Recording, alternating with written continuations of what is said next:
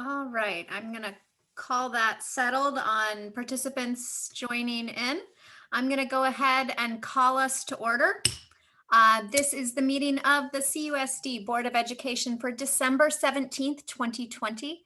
Tonight is a regular board meeting, but maybe not so regular because we are having a couple of special events tonight, both swearing in our recently re-elected board members, as well as reorganizing our board tonight and welcoming new officers. So with that, we will get underway here. Our first order of business is actually bringing back, for the first time since March, the flag salute. So with that, if everyone would please mute themselves, and we will proceed with the flag salute. Please rise for the flag salute. I pledge allegiance to the flag of the United States of America and to the republic for which it stands, one nation, under God, indivisible, with liberty and justice for all.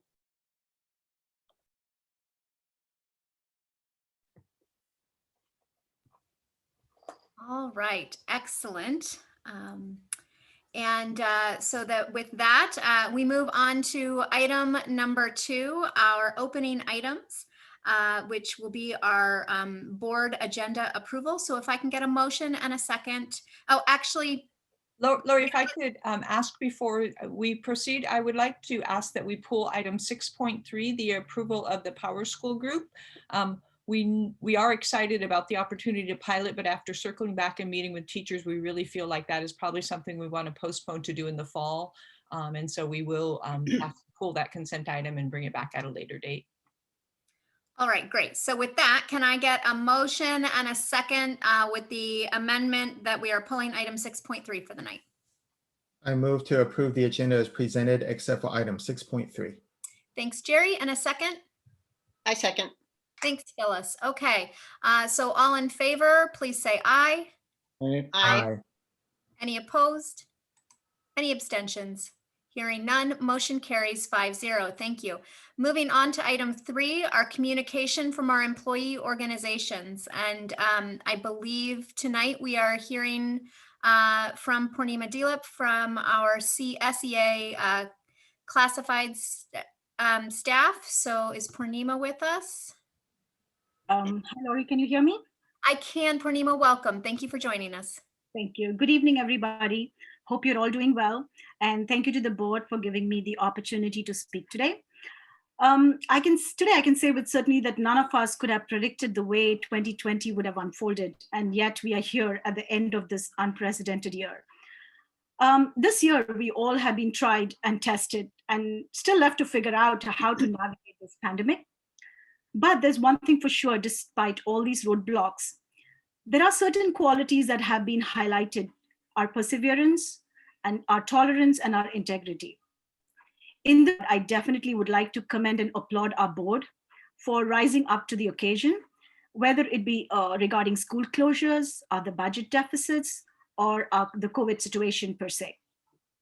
I must say the board, you have endured the criticisms from the staff and the community alike, but you have never flinched or wavered from the decision that was best for our kids, our community, and the staff. I thank you for that. Again, a big shout out to Stacy, Leslie, Jeff, and Allison, who have been collaborative and transparent all along. And this has helped enhance a very synergistic communication between all the groups. Above all, I would give kudos to the entire CUSD staff, teachers and classified staff alike, who have been very flexible and resilient to rising up to these challenges that have been posed to us during these times and delivering their very best. On behalf of CSEA, I would like to wish the entire CUSD community a happy holiday season and looking forward to an extraordinary 2021. Thank you very much. Happy holidays, everybody. Thank you, Purnima. Thanks for joining us tonight.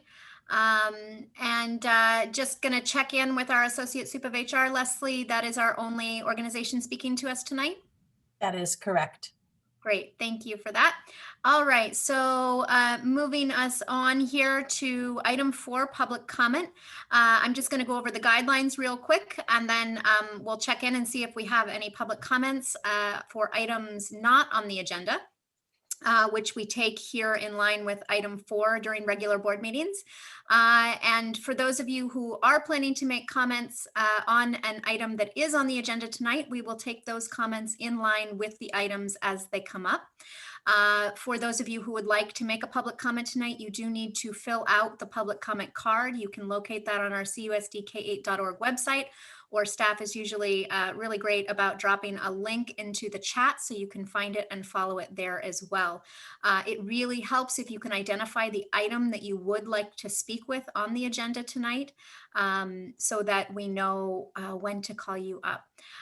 Just as a reminder, we will assign the time for any public comments. When we get to those items, it will likely be 2 to 3 minutes based on the number of speakers that we have. As well as reminding everyone that the board does not respond to comments or questions made at the time of public comment, but we absolutely take all of the input that we receive to help inform our thinking, and that includes public comments made in the meetings, as well as any emails we receive to board@cusdk8.org, as well as our town halls, our board office hours, conversations we have with the community, etc. So thank you so much to our community for always letting us know what you are thinking and for helping to inform our deliberations as we are asked to consider so many different things for the school district. All right, so checking in with Leslie, do we have any comments on items not on the agenda tonight? Double checking. No, we do not. Great, thank you. All right, so with that, we will move on to item 5. 5.1 is our acceptance of statement of votes, the certification of the election results, and declaration that the total votes are the final results of the election. So we do need to consider this as a motion for action. So I need a motion and a second, please. I move to accept the certification of the election results and the declaration that the total votes are the final results of the election. Thanks, Jerry. And a second? I will second it. Great. Thank you, Satish. And any comments or questions on this item before I call for the vote? Okay. Seeing and hearing none.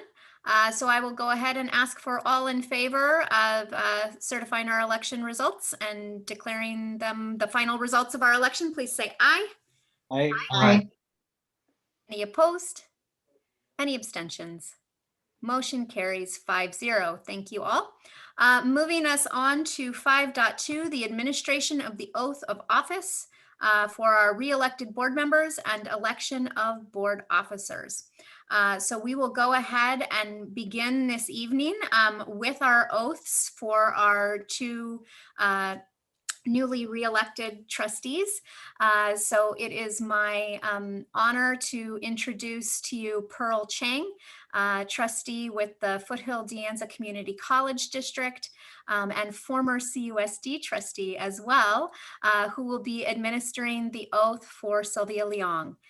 So if Pearl and Sylvia can please unmute yourselves, and you will be proceeding with the oath. Terrific. Thank you, President Lori. And as a former CUSD board member, it is indeed my honor to be here today to support Sylvia and to salute all of you in your important work in education. Thank you. Let us proceed with the oath. Board member-elect Sylvia Leong, would you please raise your right hand and repeat after me? I state your name.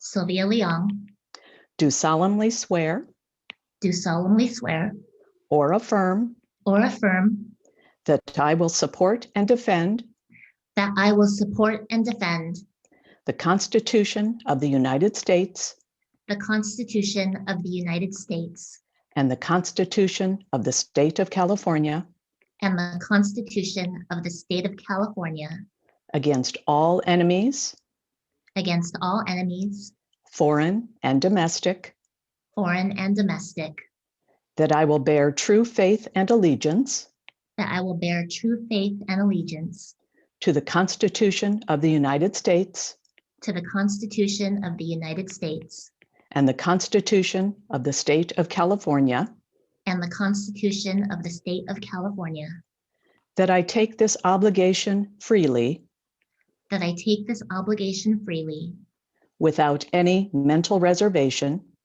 without any mental reservation or purpose of evasion, or purpose of evasion, and that I will well and that I will well and faithfully discharge and faithfully discharge the duties upon which I am about to enter.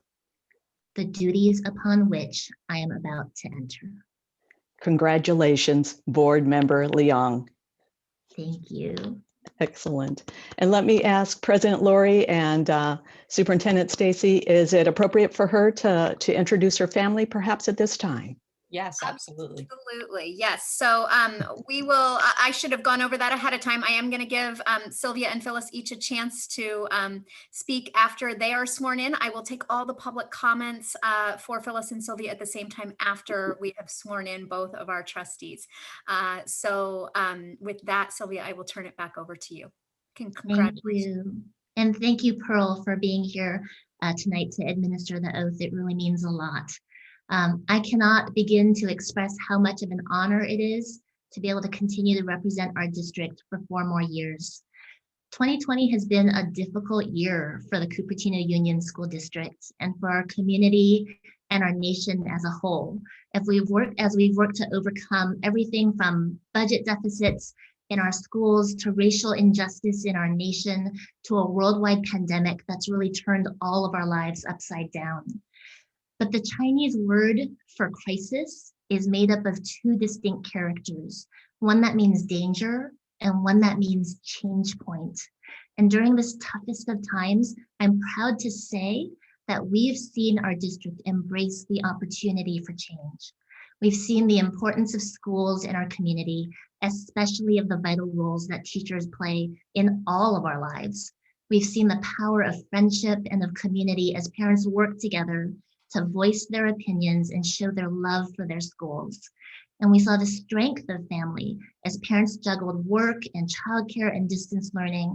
And most of all, we've seen the resilience of our children who've persevered through this pandemic and know how to use Zoom better than all of us adults.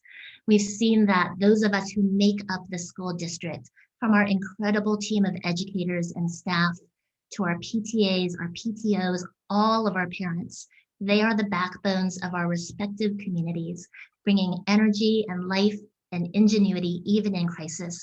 And I'm incredibly grateful to work with and represent this community. As we look to the future, I believe we have an opportunity to take these things that we've learned and become stronger and serve our students even more. And even though we can't realistically expect perfection in these times, we can hope for great effort, for unity, and for a strong commitment to each other. And I expect that with these things, we will do better than perfection even could. I believe more than ever, we are up to meeting this moment, and I look forward to working with my colleagues over these next 4 years. In the end, we're all here for the kids. We serve because we want all of our children to have the best possible future that they could have. And before I end, I just want to say thank you to my family. Being in public service is never an individual decision. It is a family commitment. And I'm so incredibly grateful for the support of my husband, Brian, my kids, BJ and Samantha. They have been my biggest cheerleaders through all of this. So thank you. And I love you guys. And thank you, everyone. Thanks.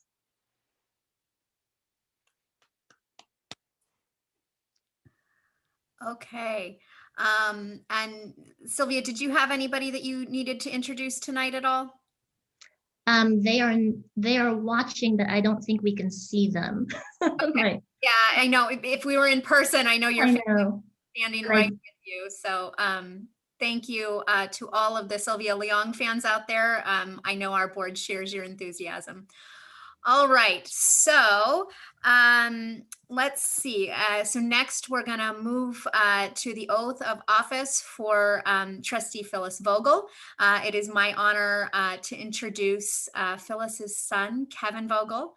And Kevin is been sworn in to be able to administer the oath of office to Phyllis. So with that, I will turn it over to Kevin to administer the oath to his mom.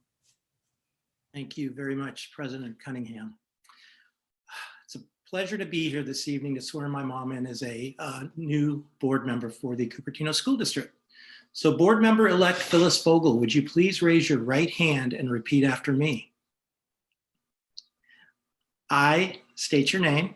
I, Phyllis Vogel, Do solemnly swear or affirm do solemnly swear or affirm that I will support and defend that I will support and defend the Constitution of the United States the Constitution of the United States and the Constitution of California and the Constitution of California against all enemies, against all enemies, foreign and domestic, foreign and domestic, that I will bear true faith and allegiance that I will bear true faith and allegiance to the Constitution of the United States to the Constitution of the United States and to the Constitution of the State of California, and to the Constitution of the State of California, that I take this obligation freely that I take this obligation freely without any mental reservation without any mental reservation or purpose of evasion, or purpose of evasion, and that I will well and faithfully discharge and that I will well and faithfully discharge the duties upon which I am about to enter. the duties upon which I am about to enter. Congratulations, Mom. Thank you, Kev. All right, and with that, Phyllis, the floor is yours for any comments you'd care to make. I thank you very much. And I just am so thankful that Kevin was able to be here tonight and administer this oath for me. This is a nostalgic time for both of us, so I have to share a little story. 10 years ago, almost to the day, on December 15th, 2010, Kevin was sworn in as the chief of police in Santa Cruz, and I was privileged and honored at that time to pin his police badge on him during the ceremony. So it's particularly special tonight that he is able to administer the oath to me for my next term of office. And Kevin and his wife, Bev, and their family have been so supportive of me through all of my years on the board and my years in the district and the craziness I put them through as kids that I'm just so thankful that they've been so supportive. And there's his wife sticking her head in. Hi, Bev. And I also wanted to give a shout out to my son, Chris, who is out there in Zoom land somewhere. He's not, he and his wife, Carrie, and their family. And they have also been extremely supportive of all of my endeavors over the years. So I say thank you to them. Sylvia did a great job of outlining all the challenges that we've had over the past year. And it's been challenging for all of us. And a lot of it is new territory. And even though I've been around this horn for a long time, a lot of it's been new for me too. Pandemic, school closures, those are all new things. But I want to say something to the four of you who serve with me on the board. 2 years ago, I was the veteran and you all came aboard new, not new to public service, but new to being a board member. And the last 2 years have been amazing. You have been great colleagues. You have been wonderful to work with. You are thoughtful and you always put kids first and you have the courage to make the hard decisions. And I've just appreciated you so much. So again, thank you to my family, Chris and Kevin and their families, and to the board for all the support I've had. And I'm beyond excited for the next 4 years. Thank you.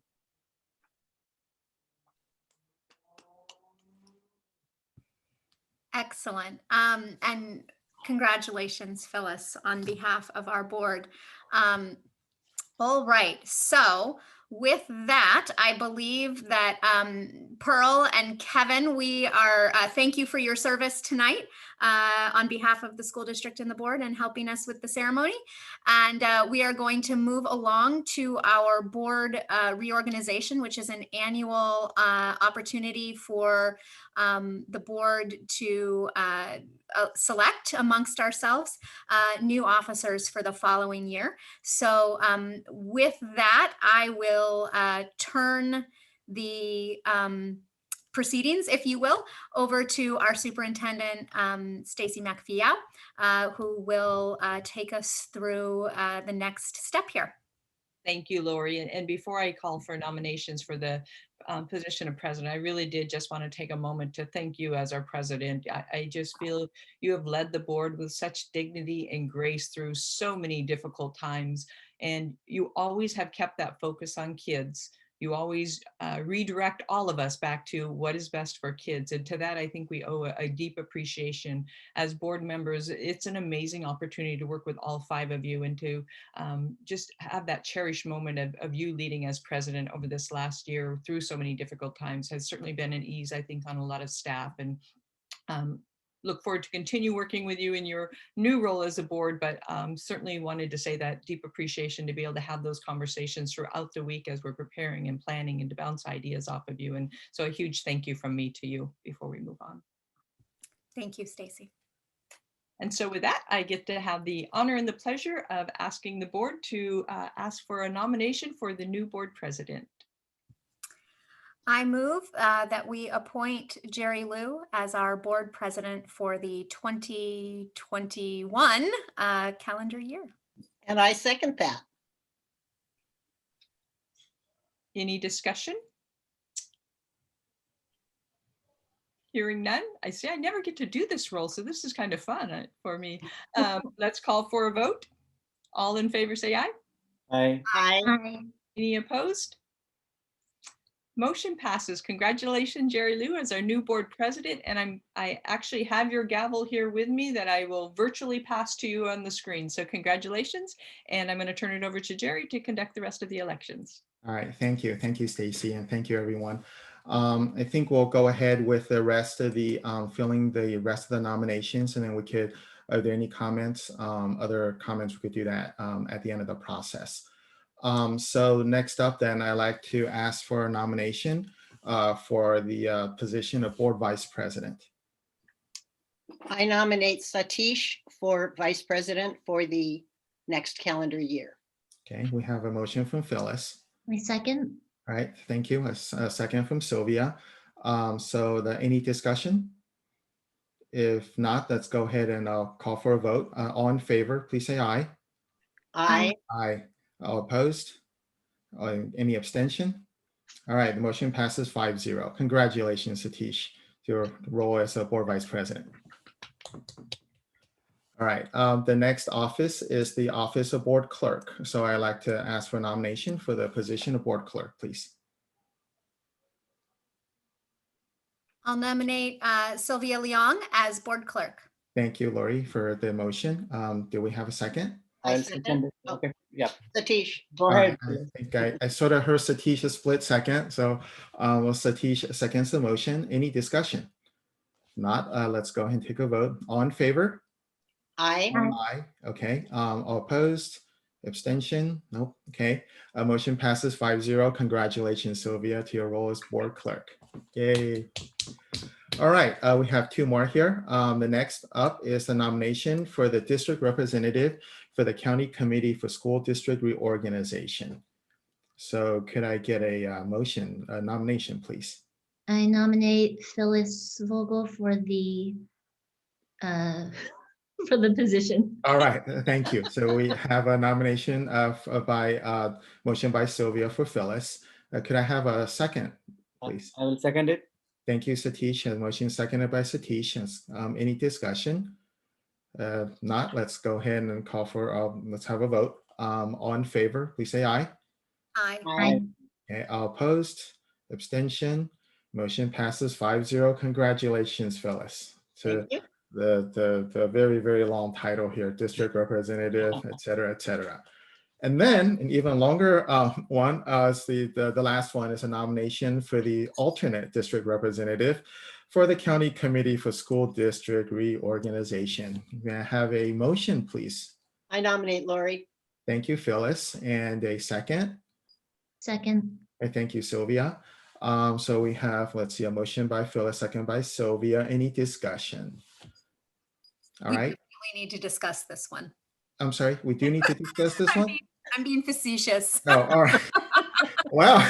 Well, you're the one, you're the candidate being nominated here. So, but okay. Let's go ahead and call for a vote. I would like to call for a vote here then. So all in favor, say aye. Aye. Aye. Okay. All opposed? Abstention? None. Okay. Motion passes 5-0. Congratulations, Lori, to your new role, which hopefully is a little less stressful than board president. All right. So now that we have the new officers, I want to, let's see. I want to see if we'll maybe open it up for comments here among ourselves first. If anybody like to say anything before, do we have any public comments on 5.2?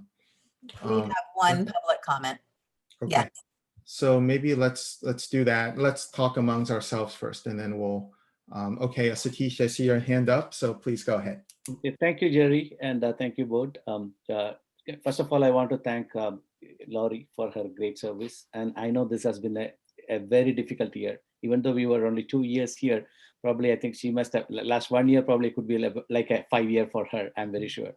So one is like the challenges around us and the Zoom meetings and a lot of coordination between people. I know how much she was on top of things. Even probably I know any day, any morning I see at least at 2 a.m. a mail will be there from Lori, and her passion and the commitment, and that sense of urgency on things. It's really truly appreciated, and great leadership, Lori, and we are together again. It doesn't matter you're a president or not a president. We'll work together, and congratulations for the new role. Okay, and that one. And second thing is Sylvia and Phyllis. Definitely, great to see you both again formally here again today, and looking forward for working with you both. Okay, congratulations. I know it's great again. And first of all, again with Phyllis, she was kind of our mentor for everything when we all 4 of us newly joined, and it was a great transition for us. And when you said that you had a lot of experience, we were very new, but I think you made us to be running within 1 or 2 months, and truly appreciate that. And congratulations for your victory. Thank you. Okay, thank you. And congratulations, Jerry. Actually, forgot to tell your name. And great. I'm looking definitely. Let me know how I can assist you and help you out. All right, thank you, Satish. And then I see Phyllis's hand up. Phyllis, please go ahead. Yes, I want to congratulate you, Jerry, and on your new presidency. You have big shoes to fill, but I am confident that you're up for the task. And Lori, I want to say thank you to you for an amazing year. You stepped into a hornet's nest and you shepherded us through the hornet's nest with dignity and grace. And I really appreciate that.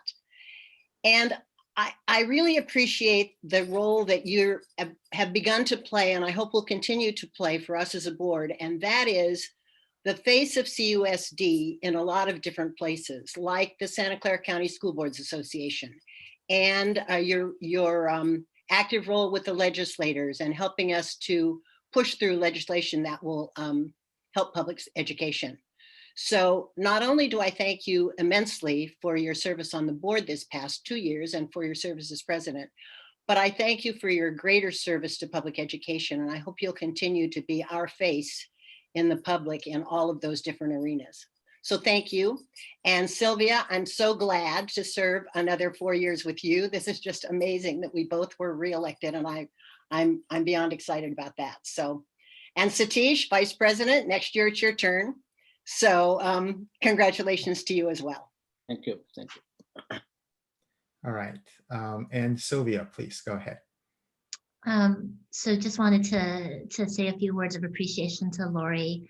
The origin of the phrase trial by fire comes from this medieval practice of deciding the worthiness of somebody based on their ability to walk over hot coals.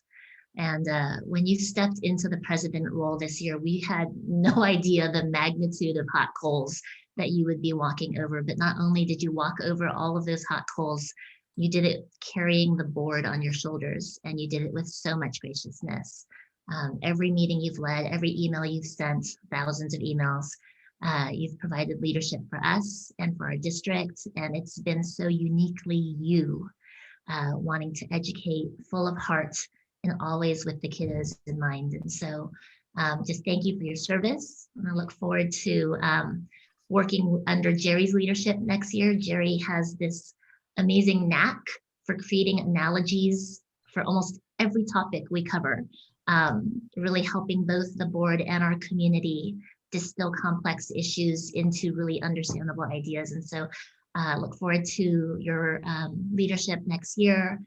Look forward to being able to work with all four of you as a team. And yeah, so thank you to everybody for all the roles that you've been playing. Thank you, Sylvia. I'd like to maybe say a few words here now. I'm going to exercise more prerogative as board president and go before you, Lori. And so first of all, I would like to congratulate Phyllis and Sylvia for winning your elections. I'm very happy to be serving with you once again.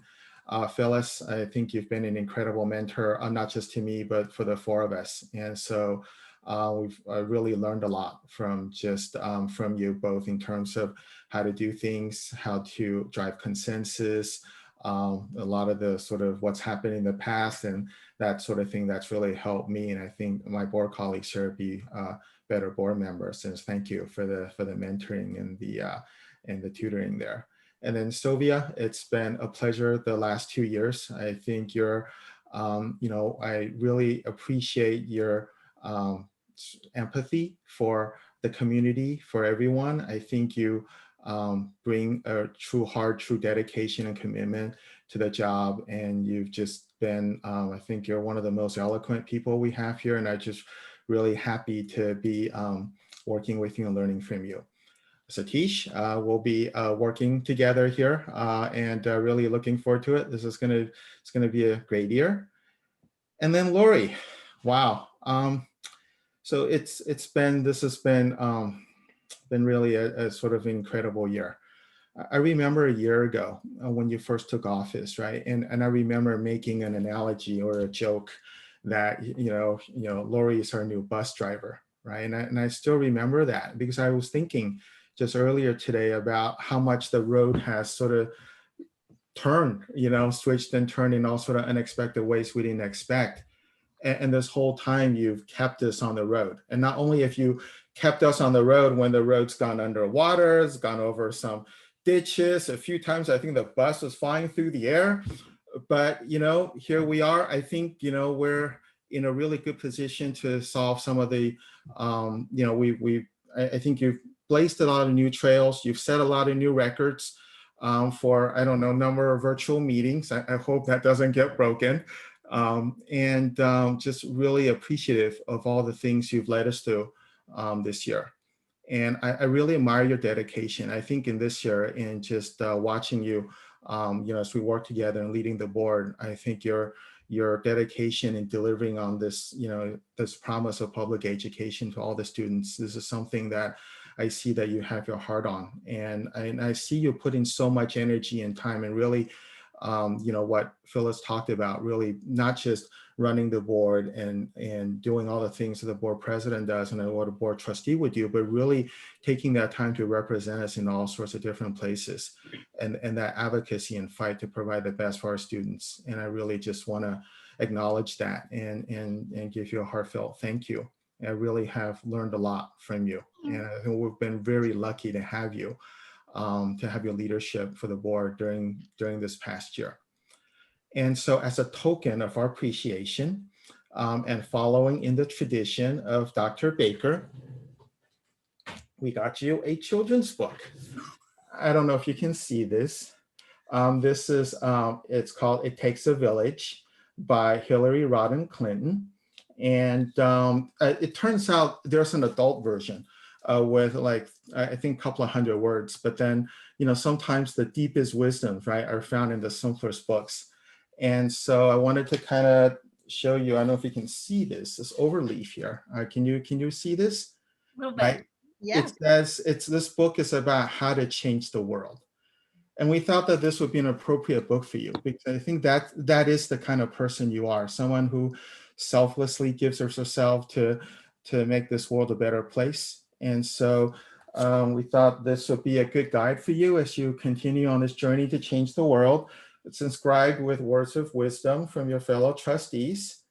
And so we'll get this over to you in a safe way here in the coming days. But thank you, and hope you keep this with you as you change the world. We're looking forward to that.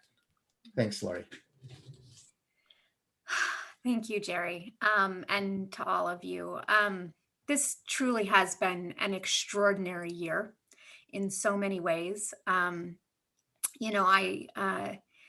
will say that we started this year off saying that we knew we had challenges in front of us and that it was going to be a bumpy road for the school bus driver as well as for all of the riders on the bus. But also, that we were in a really good place to do some really important work for this district and for kids together. And I think we finished the year in that same place. We hear as trustees, I think we've all heard at some point, there are 3 things no board member and frankly, no board president ever wants to have to do or preside over. And that is considering closing schools, considering redistricting, and having to govern through a crisis. And we didn't do 1 of those this year. We didn't do 2 of those this year. We did 3 of those this year.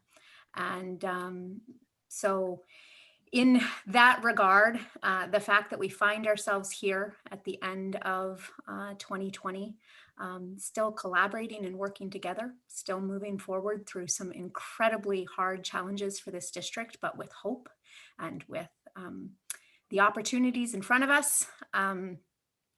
I am absolutely so thankful to be on this path with all of you and to continue to be doing this work with all of you.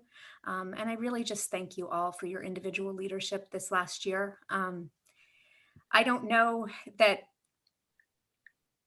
anyone in this community will ever know what you have done for the children of this district and just how much of yourselves and your families you have given. But I do, and I acknowledge that, and I thank you. And I can't get through this kind of stuff without tears. So I'll just apologize for that in my normal way and keep going. But I will say to you all that it has been an honor to preside over a board that never lost sight at all amongst some truly crazy, extraordinary, incredible, choose your adjective there, circumstances this year. We have ensured that learning has continued to take place for our kids and that our staff and that our students are safe and taken care of the best that we possibly can. And I don't think anybody could ask for more than that. So my thanks to all of you for your leadership. And so with that, I am thankful very much to be turning over this responsibility. I think our board is in great hands for the next year. I genuinely appreciate all of you. And I think, the things about Jerry that will make this year a good one.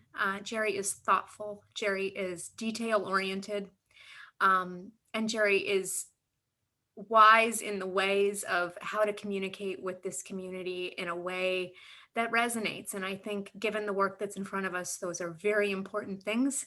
And I know that we will continue to be able to move forward in our own way with the important work that happens for all of our students, even when it's not always clear what's best for any individual student, which is part of the unique challenge of serving on a board we have to worry about each student as an individual, and we have to worry about all of the students and what's best for all students and what's best for the district. So with that, my congratulations to Jerry, my thanks to Jerry for taking this load off my plate here.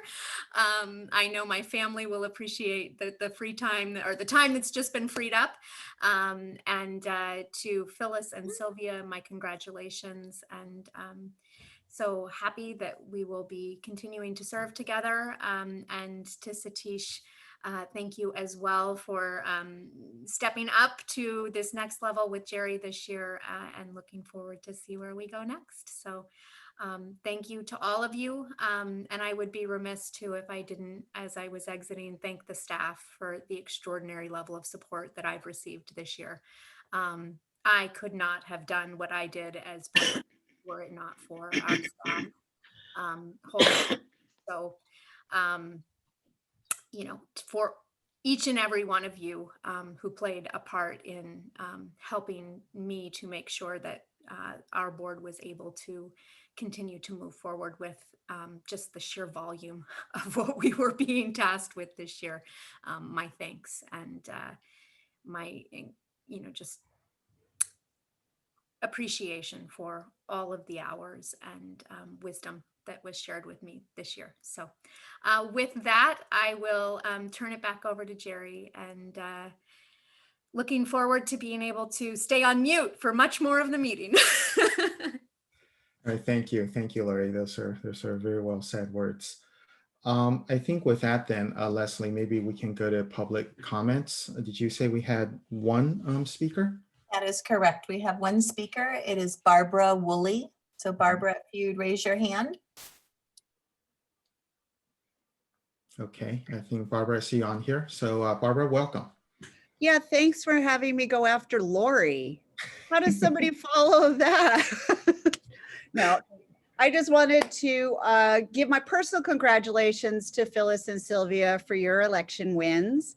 I cannot express how much I appreciate all the hard work that the two of you, along with the other members of the board, do to serve the students, the community, and the staff of Cupertino Union School District, especially as we go through these very strange and difficult times together. So congratulations, glad you're back. And congratulations to the board members for all your new positions. Thank you. Thank you, Barbara. All right, let's see. So, you know, maybe I'll just say a few words here as we head off into the rest of the agenda. First of all, I'd like to express my appreciation to my colleagues for your trust. I'm really glad to have this opportunity to continue working with this board. You know, I'm actually pretty excited about next year. I think it feels like things can only get better from here. And just in looking forward, I see a lot of, there's a lot of work, there's a lot of important work that we have this year, right? I think first off is a parcel tax, which we'll talk a bit more about later today. And I think this is something that's gonna finally really put the school district on sound financial footing and provide our teachers and staff with the support that they need and deserve. And I think this is also the year that the country as a whole is gonna start to or maybe recover might be too strong a word, but start to move towards normalcy. And so I think we, as a district, have a lot of work here in sort of working with the community to work through this transition. And then, you know, I'm thinking about sort of a post-COVID world and thinking about how we can build on what we've learned, the different technology tools, the different techniques that during this period that we might be able to apply. And that's something I hope that we can get to in the fall. And then as I think to a year ago where we were, right, if you may remember, we're off doing the listening sessions, and there were two challenges that we needed to tackle. One was the budget and the other was enrollment. And I think in big part, thanks to Lori's leadership, we're on a path here now, you know, fingers crossed with a parcel tax, but we have a path forward now to addressing that issue. And I think what's remaining that we want to look at would be a lot of the enrollment issues, the balanced enrollment issues, and issues around equity that the community has been discussing. And I think that's something that we have an opportunity to address this next year. And then something that I know it's something that's important for me, and I think for all of us here, is really about getting back to operationalizing the strategic plan. I think this last year with COVID, there's been a lot of the interrupts, right? And I think if I think back to a lot of the promises of the strategic plan to develop the whole child, to provide personalized learning experiences, to build partnerships with community and the parents, I think that's something that I'm hoping that we can start getting back to once we start to get back to normalcy. So I think it's going to be a year of opportunities. I think it's going to be a year of transformation, and really grateful to be working with all of you. We're really looking forward to it. So with that, let's go ahead and move on to the next item, item 6, consent. So we have item 6.1 and 6.2. At 6.3, we had withdrawn earlier during agenda approval. So is there, oh, maybe I'll just ask for a motion, unless someone would like to pull anything from consent. No, I'll make a motion for 6.1 and 6.2. All right, thank you, Satish, for the motion to approve 6.1, 6.2. Do I have a second? I'm All right. happy to second that. Okay, I think I heard Lori, so I think I saw the finger, but I saw Yeah, her I was name. on mute, so Okay, take all Lori. right. So Lori seconds the motion. All right, any discussion? I guess it's consent, so probably not. So all in favor, please say aye. Aye. Aye. Aye. All opposed, abstentions, motion passes 5-0. Item 6.1 and 6.2. So moving on to item 7.1. This is an information presentation for the English Language Learner Master Plan. And so Allison, will you be the give the staff report? Get us started, and then I'll pass it over to Michelle. All right, please. So you have the floor. Thank you. Thank you. So I just wanted to remind the board that this is one piece of a larger puzzle. Tonight we'll be bringing you information about the revisions to the master plan for English learners. But also I think it's important we remember that our English learners also are addressed in the report we talked about at the last meeting on significant disproportionality, as well as an important piece of the LCAP, which we'll be talking about as we get into winter and spring. So this won't be the last time we'll be talking about English learners this year. This is one piece that is part of the anchor of how we address the needs of English learners, but we continue to work on improving and supporting how we meet the needs of our English learners all throughout the year. So Michelle will give you an overview of the revisions to the master plan, and then we'll be bringing the master plan back to you in January to request approval. Okay. Great. All right. Thank you. Thanks, Allison. So Michelle, welcome. Thank you. Thank you for having me. Good evening. So as Allison said, I'll be highlighting some key points and areas in the master plan that we are updating and looking to share with you this evening. So first, we have the elements of the plan. These are the key features within the master plan itself.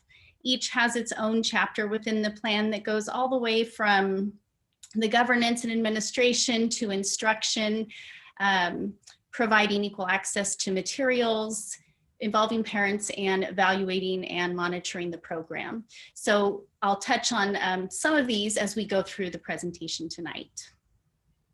We'll go to the next slide. We have obviously a wonderfully diverse community. We have 46 languages represented in our district. And overall, our English learners perform at very high levels over time within our program. The next slide. These are our goals for our English learner students. You'll see that goals 2 and 4 are in blue. These are new goals being added to this plan.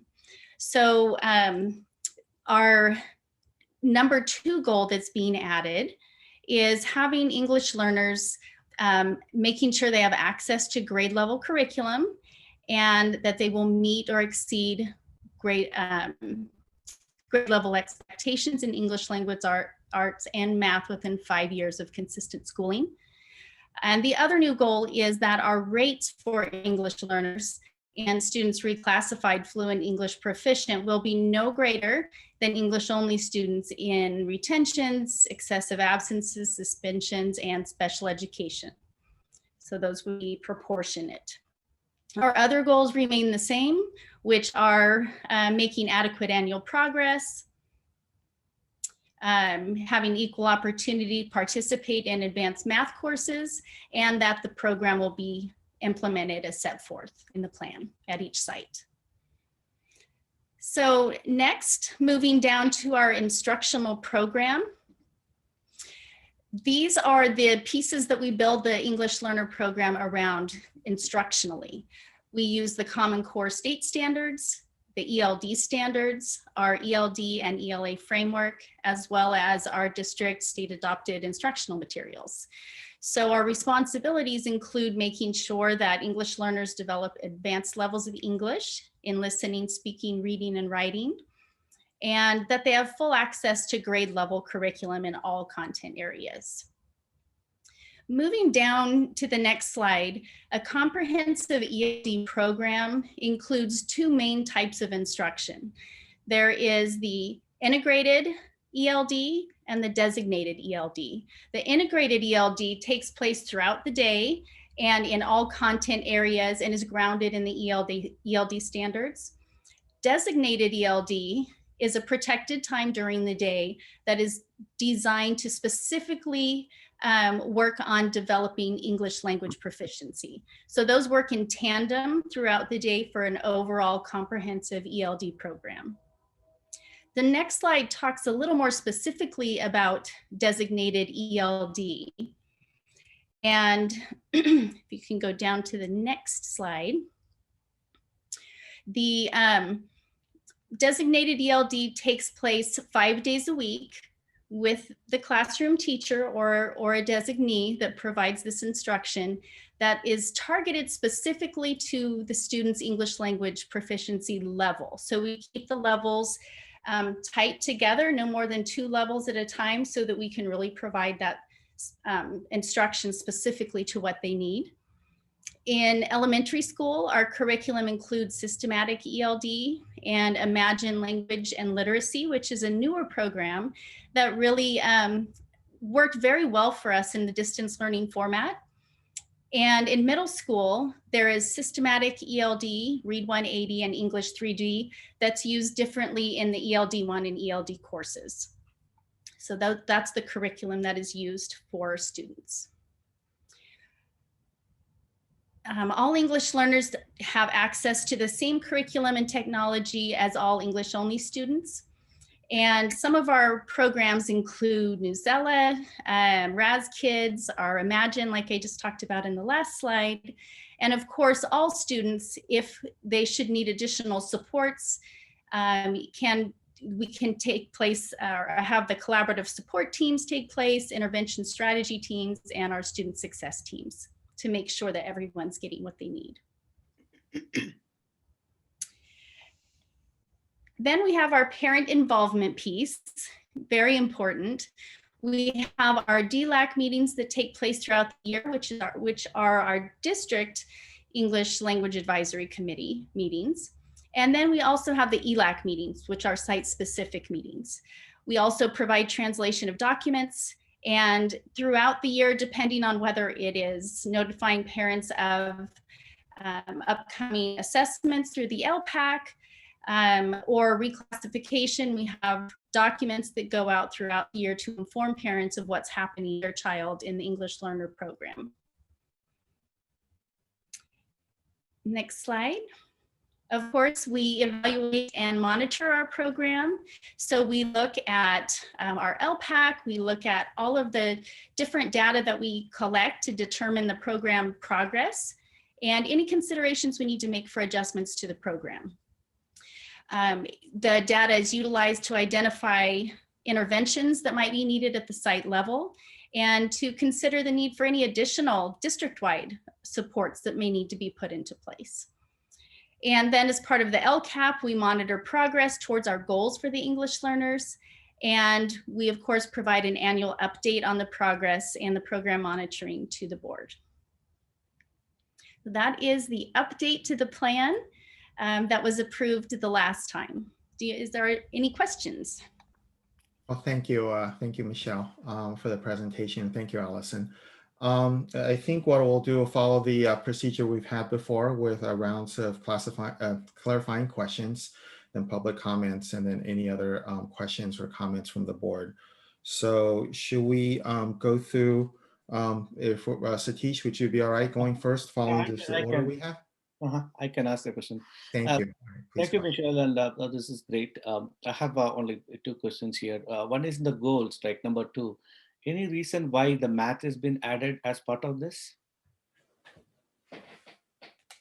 Goal number 2, the blue one. Yeah, right. The goal number 2 is looking at the all English learners have access to grade level core curriculum. Is that the one you're referring to? That's right. That's right. And arts and math within 5 years of. What's the reason for specifying math? It's to ensure that both content areas, both main content areas of English language arts and math, that we are attending to both of those. And by putting it in here, we can monitor the progress through our assessments and make sure that we are making progress in both areas, not just the English language arts area. We want to make sure that our English learners are also in math making progress as well. This is also part of our LCAP analysis where we look at our different student groups and we look at CASP ELA and CASP math, and we make sure that we don't have any gaps in that area. So making sure that students are making progress in both of those areas. Yeah, in a way, if you take it, then you are expanding a little bit more than just a EL, right? If that's the case, is it so? Or? So math also has, quite a bit of language in it, right? So we want to be sure that we're not impeding the students' progress, that we're helping them make progress in both areas so that they can access all of the curriculum and make that consistent progress, and that we're not ending up with, kids who might have a strength in math, but they're having trouble accessing it because of language development. So we want to keep an eye on both. Okay. The second one is the integrated ELD part. So is it like, how is it, doing now during this distance learning actually? I understand that designated probably it will be much more easier because you can focus on a specific time period in a day. But how is the integrated being, or is it not happening very well, or it's still? Sure. The integrated ELD is woven into all of the different content. So for example, in our adopted curriculum, there are strands that provide additional scaffolds and support for English learners within the unit being studied and within each lesson. So the teachers still are doing this. There are they may want to front load an activity with their language learners before they do the main activity with the class. It may be something like sentence frames or adding visuals. There are some things that they do to support the lesson before, during, and even after the lesson. So it is taking place. It's just woven into the different content areas throughout the day with different strategies. Okay. Thank you, Jerry. Then. All right, thanks, Satish. Next will be Phyllis. Did you have any questions? Thanks, Jerry. Thanks, Allison and Michelle, for the update. I have no questions. Right, thanks. And then Sylvia, any questions or comments? Or, well, clarifying questions, I guess. Yeah. No clarifying questions, thanks. All right, thanks. And then Lori, anything you wanted to ask? I do. So thank you, Michelle, for the presentation. And so we heard last week about the disproportionality and the work we were going to be doing there over this next year. And I have to imagine there's some crossover here in terms of, I don't know whether or not it goes like on your program evaluation and monitoring slide, or whether or not I know it's woven into your goals up at the, like our number 4 goal on the master plan. But is there any sort of tie-in that we know of yet, or is that in the works for how we're going to be looking at our weaving in some of the work we're doing with disproportionality here? Yeah, I think, Lori, how I see that, and we can see how it evolves as we go along, but how that makes sense to me is when we get to the LCAP, that's where all these separate pieces come together. For the master plan, this is going to be a document that stays in place for a number of years until we redo it. So it's kind of more of that high level plan, but then the actions that we're taking to address the goals and kind of immediate concerns in front of us, we can weave that into the LCAP for specific areas of growth for the next 3 years. So that's how I see that coming back around and connecting, is what we're going to have to identify specific metrics in the LCAP, for example, and we can bring in these ideas as well as the areas that we talked about last meeting. Okay, so it'll just pull laterally through the LCAP. Okay, that's helpful. Thank you.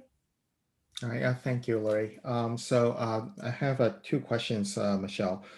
First, if we go back to the objectives, there was a couple of the items were about sort of shooting for reclassification to English proficient within 5 years, and so maybe it's a 2-parter question. One is that 5 years in CUSD, or is it 5 years since they've been classified as English learners? So maybe that's a more technical one. And then I was curious, in the context of CUSD, do most of our students require the entire 5 years to become English proficient, or can you give me a sense of generally how long does that take for our English learners to be reclassified? Either Allison or Michelle, I don't know who's appropriate here, but. Sure.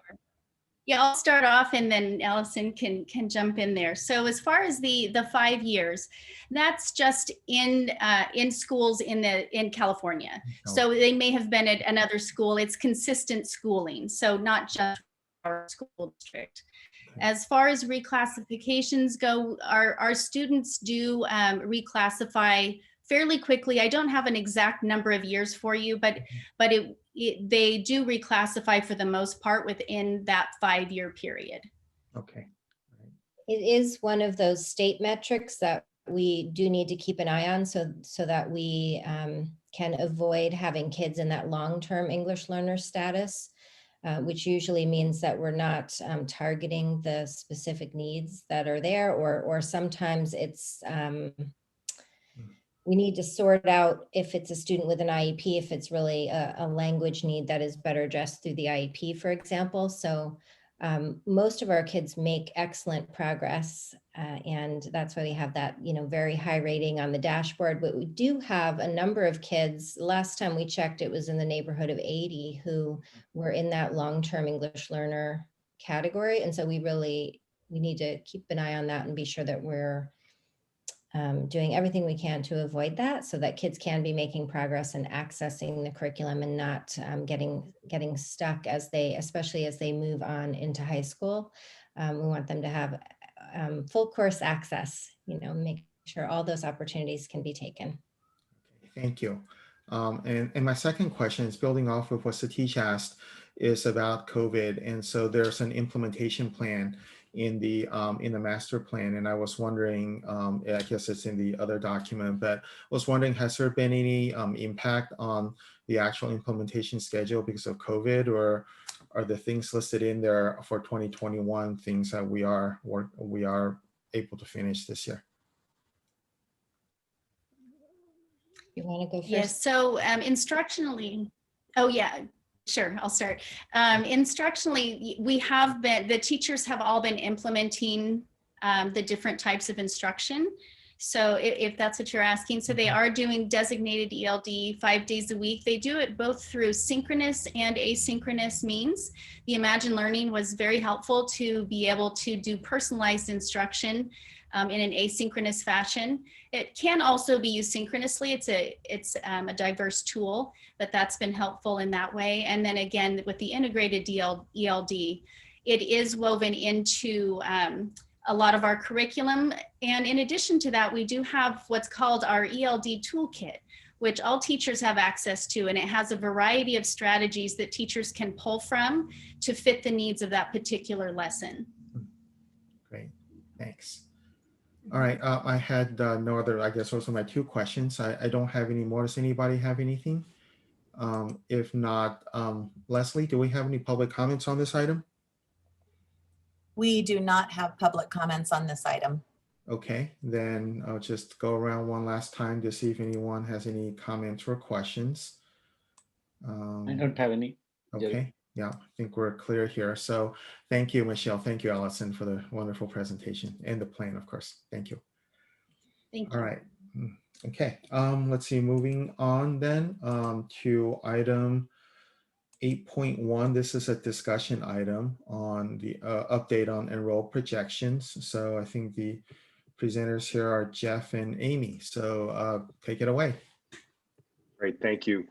So we have a very brief intro for it, and then we're going to actually be able to turn over to Decision Insight. And this is the first time we're going to be able to bring Decision Insight to the board. So we want to make sure there's time for that discussion.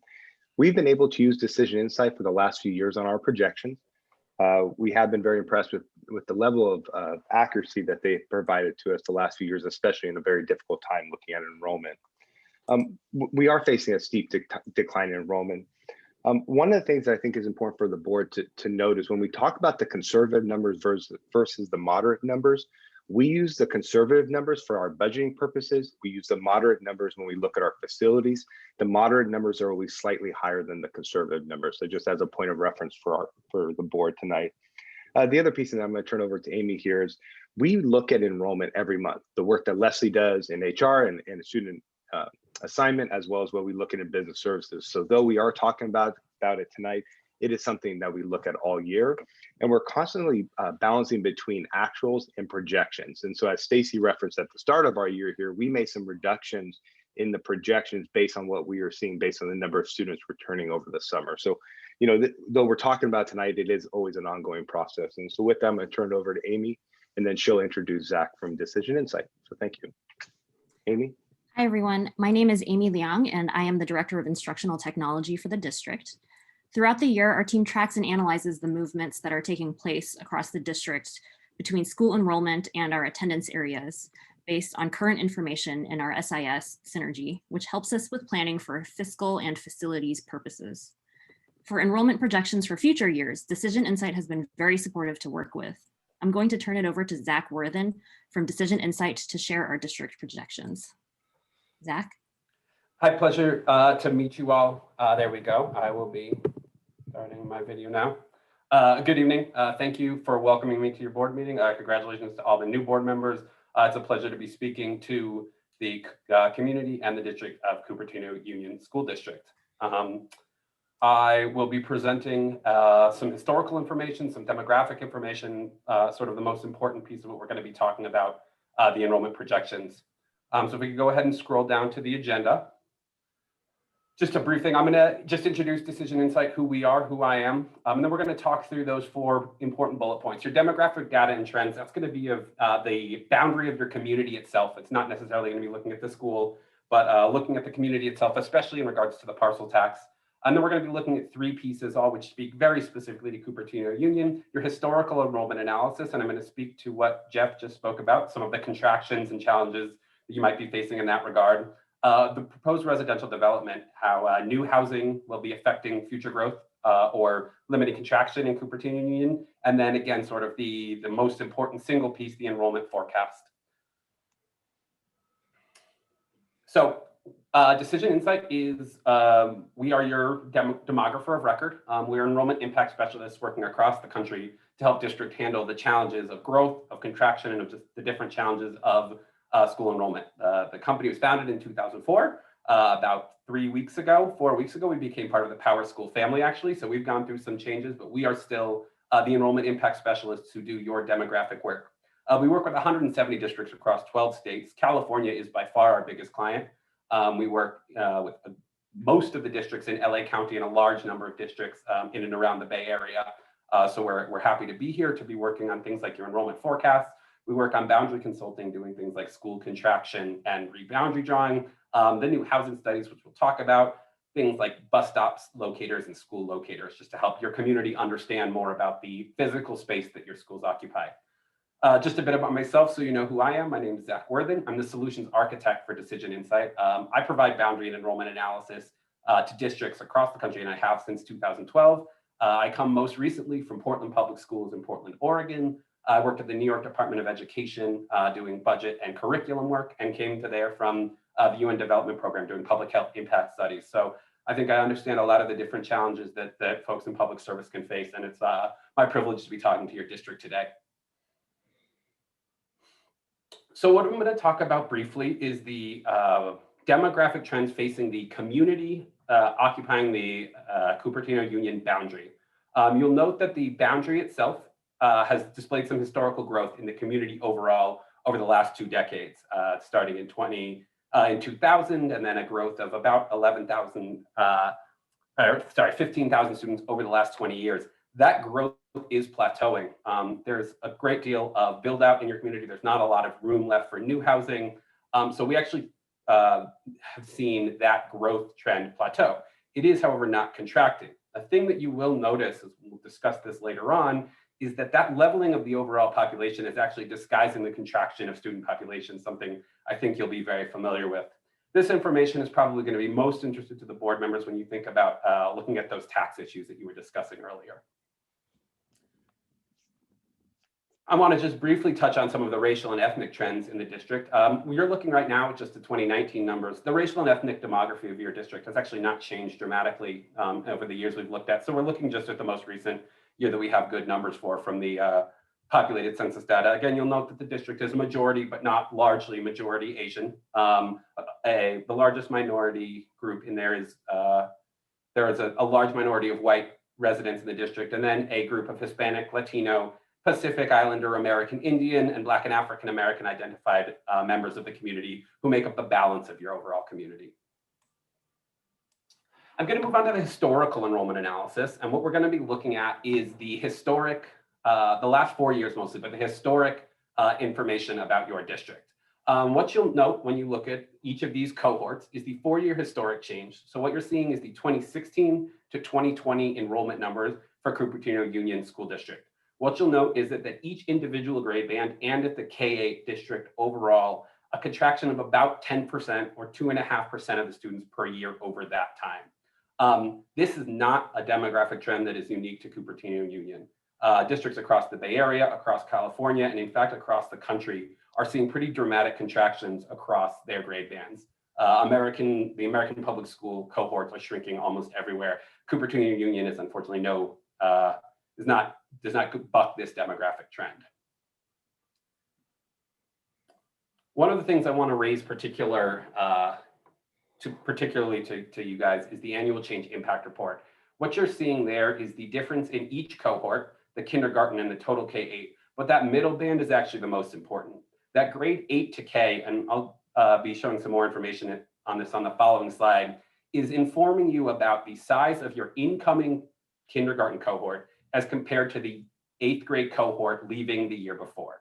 Basically, what that's telling you is that an 100% cohort replacement would mean a district that saw no change. A number larger than 100% would mean a district that was growing. What you'll see is that each year, as the 8th grade cohort leaves, you're only replacing somewhere between 70 and 75% of those students in the kindergarten cohort from the 8th graders that are leaving. You'll note that 2020 is a dramatic decline. I do want to take this time to point out that obviously there are some very unique situations this year having to do with the impact of COVID on school enrollments. We can talk about how we've addressed that in the projections going forward. I do want to caution against drawing trend lines on 2020 actual enrollments just because of the challenges of COVID. But even without the impact due to COVID, you'll note that there's a pretty dramatic decline in those incoming kinder cohorts as your 8th graders graduate onto the high school districts.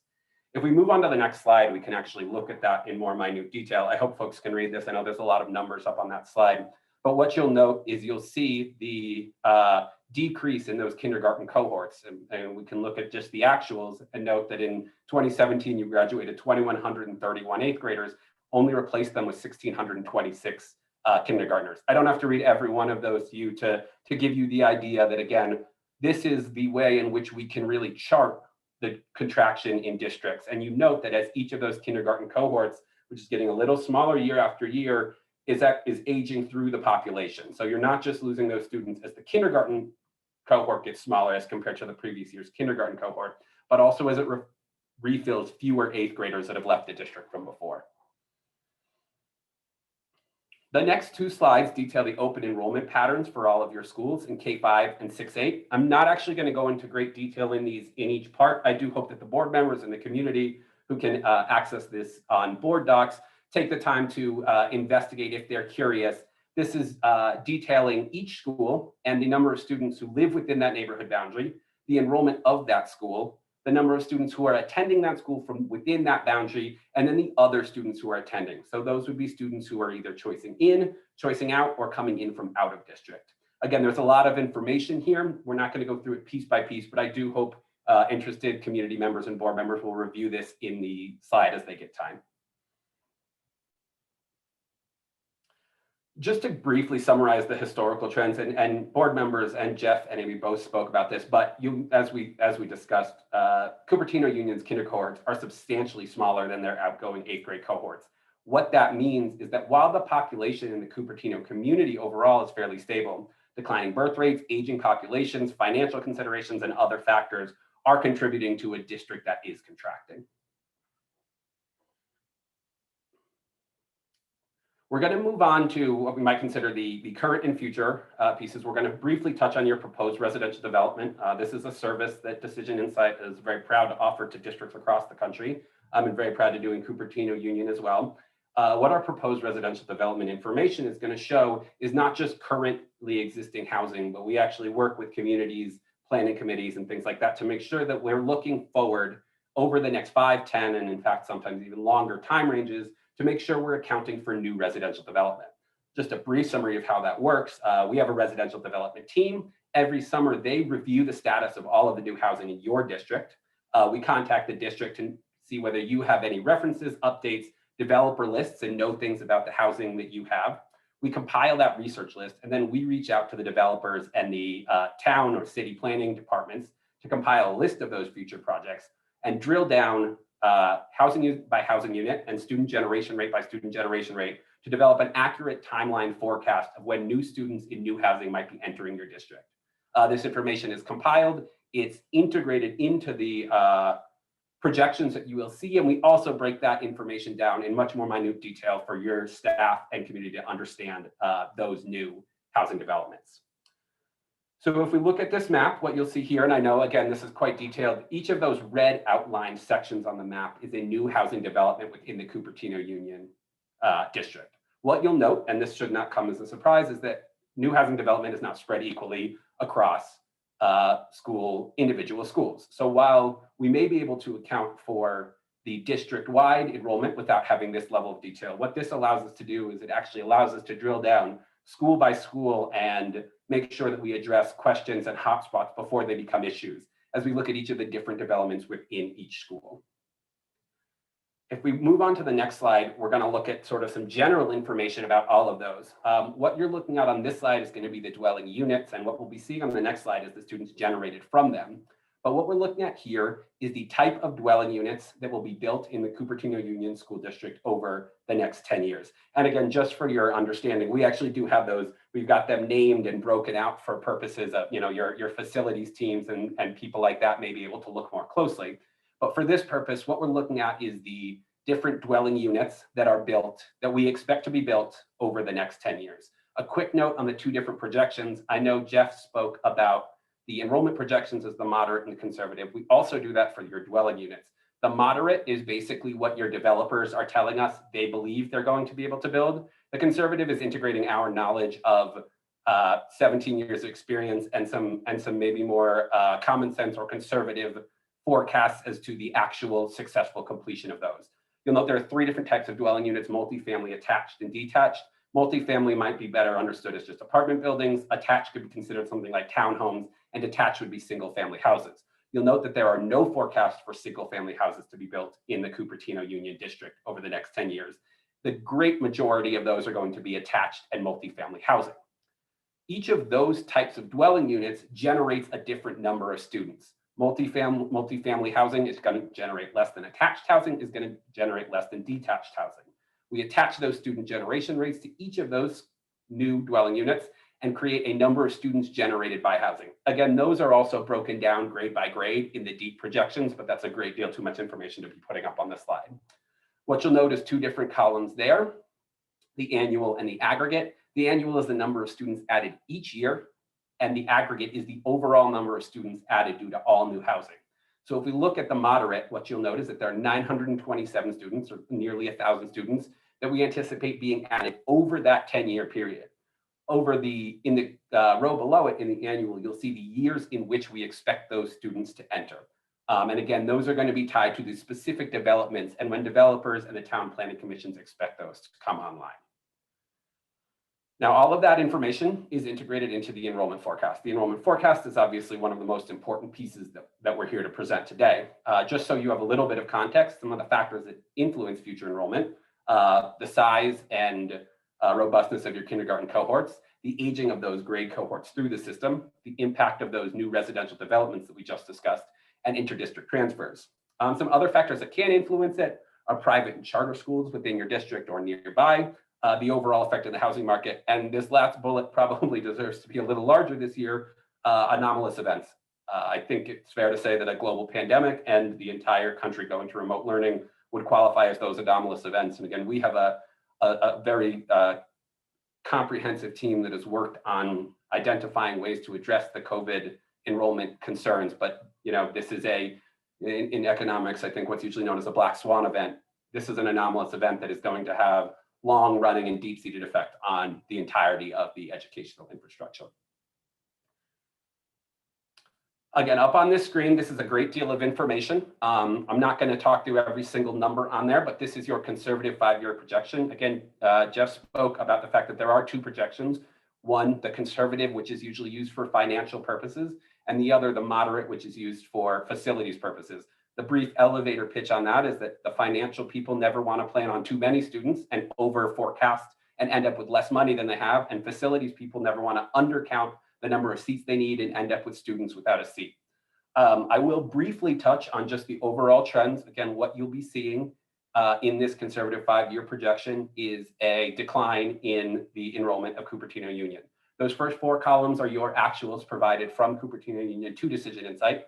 The next 10 years are those conservative projections that show our anticipated declines of the Cupertino Union enrollment from 2021 through 2030.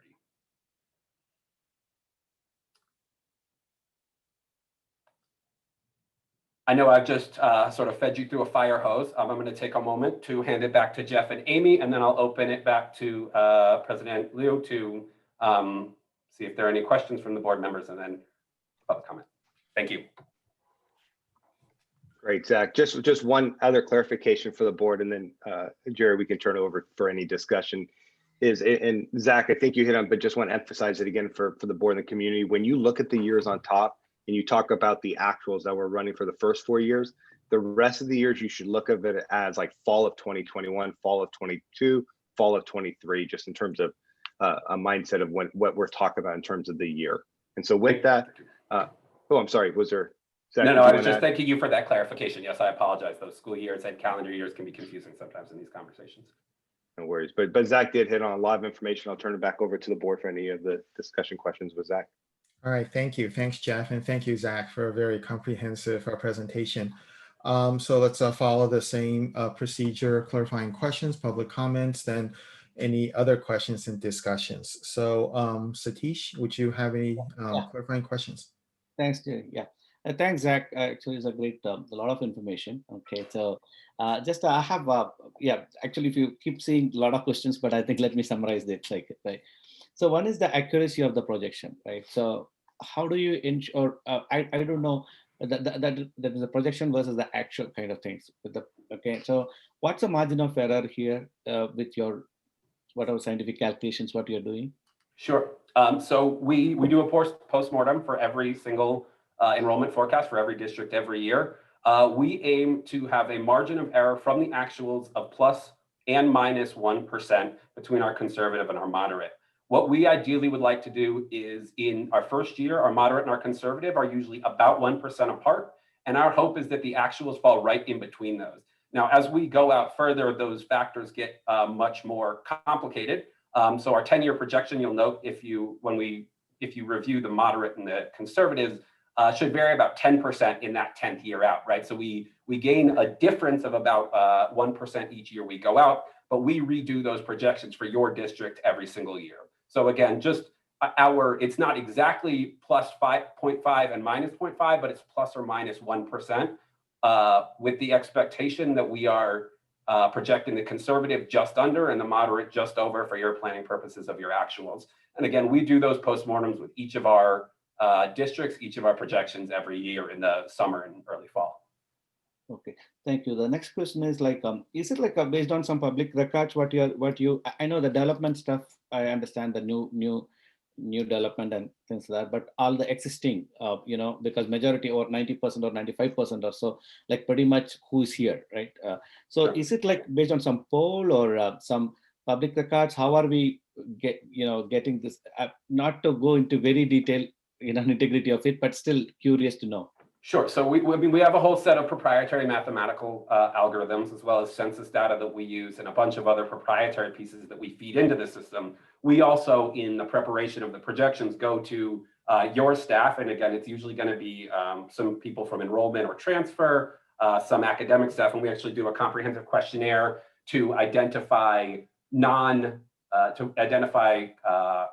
qualitative changes in the district, right? So we'll reach out to your district and, make sure that there are non-numerical pieces that we wouldn't be able to identify through demographic trending that, maybe a school has changed a grade alignment, maybe, a principal has, a new principal has been brought on, things like that, which are going to minorly tweak the overall district enrollment, but might have a pretty substantial effect on things like intra-district transfers. So we have a pretty comprehensive mathematical algorithm that we run on our back end. We have a enrollment analyst.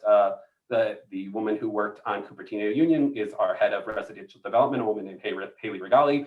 A enrollment analyst touches every single cohort at every single grade in every district. And then again, we have a qualitative questionnaire, which we send out to your district to gather information that we would not be able to see through the mathematical trending that we do. Okay, thanks, Zach. Jerry, I'll wait for if I have any. Okay, thank you, Satish. Phyllis, do you have Yes, any? I just have one question. Thank you, Zach, for your Absolutely. presentation. I noticed on slide, I think it's slide 13, on the open enrollment patterns for elementary, you have not included the alternative schools. And I'm wondering if the reason for that is because their enrollment is stable and stays the same every year. I may hand this off to Jeff, who can speak a little more comprehensively, but Phyllis, you're in essence correct, right? Those are full transfer in with 100% capacity in a waiting list. So we have not listed those here. When we project your district, we don't project them. We project those numbers at full capacity. I can, again, I may let Jeff speak slightly to this, but yes, Phyllis, you're in essence correct. Those are at full capacity and waitlisted, which is why the open enrollment patterns aren't contained here. Thank you. All right, thank you. Thanks, Phyllis. Sylvia.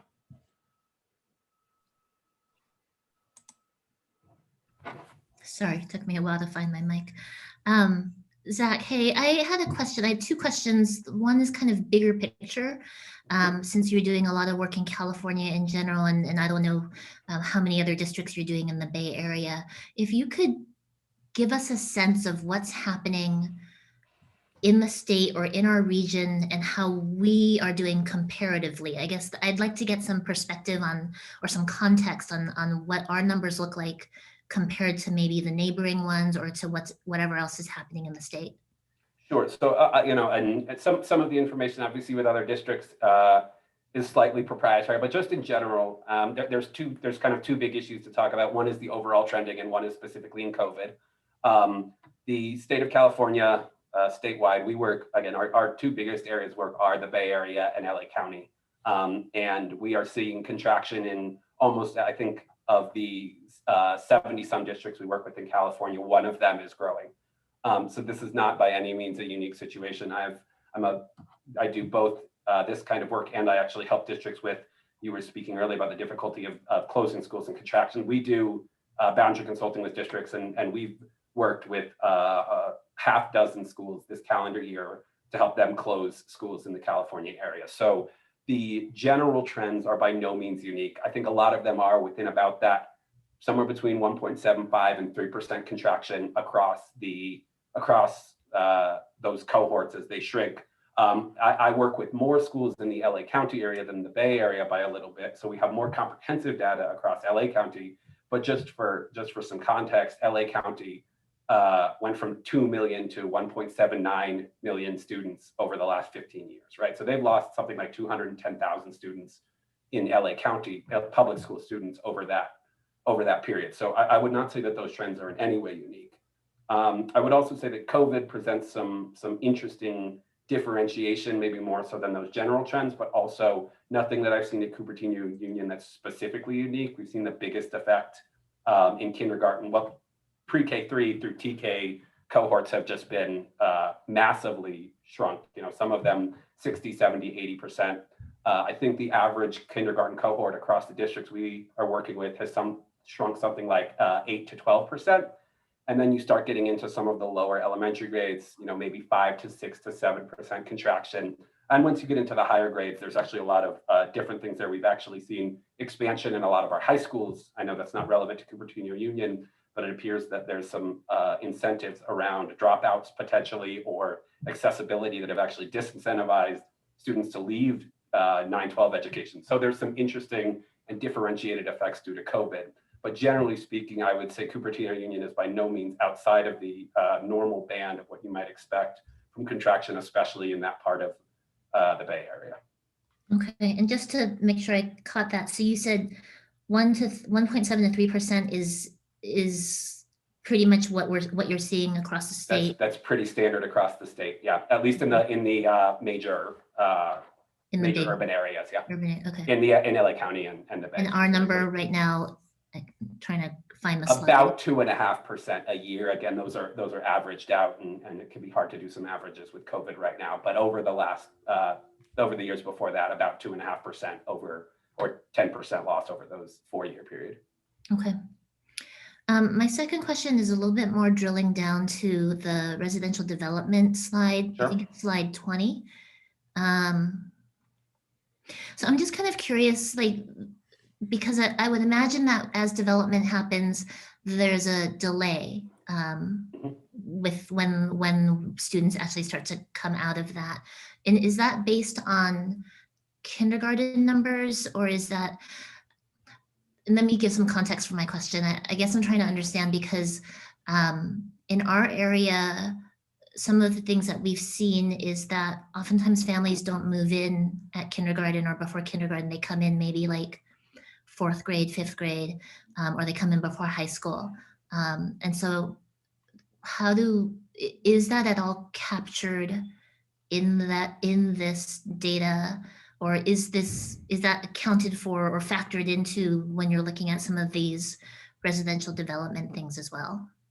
Yeah, so I mean, I'll answer that as best I can, which is that the student generation rates are not all at kindergarten. So those student generation rates assume a growth. And again, it's a mathematical modeling, right? The housing projects themselves are very specific, drilled down to the individual number of units. Those student generation rates are mathematically modeled, but they are not mathematically modeled as if they're just dropped in at a kindergarten cohort. So, you know, just by way of an example, you might say that a multifamily unit, you'd expect to have 0.3 of a student generated each year from that multifamily unit. That doesn't mean that you're going to get one kindergartner every 3 years per that unit. It would actually mean that you're going to get, and this isn't precisely right, but closer to 300th, or, you know, closer to 300th of a student spread across a K through 12 grade band over those years, and those are then aggregated. So to your point, those are mathematically modeled.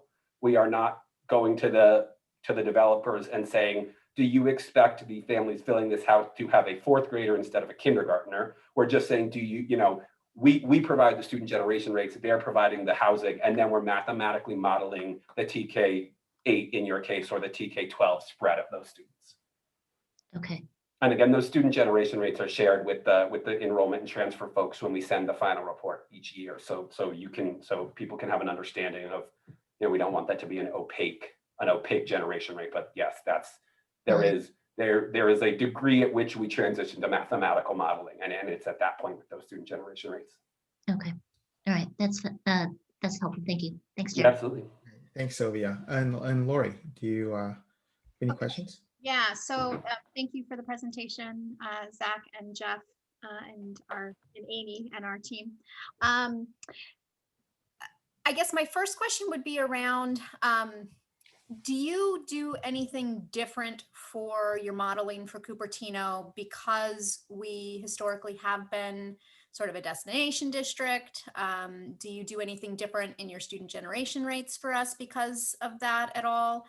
And I guess part of the reason I ask is because I often, as I'm meeting with our legislators and things, I often get the question of, well, why is Cupertino in declining enrollment if you have the reputation you do? Because they all know that we have this reputation. So any perspective there?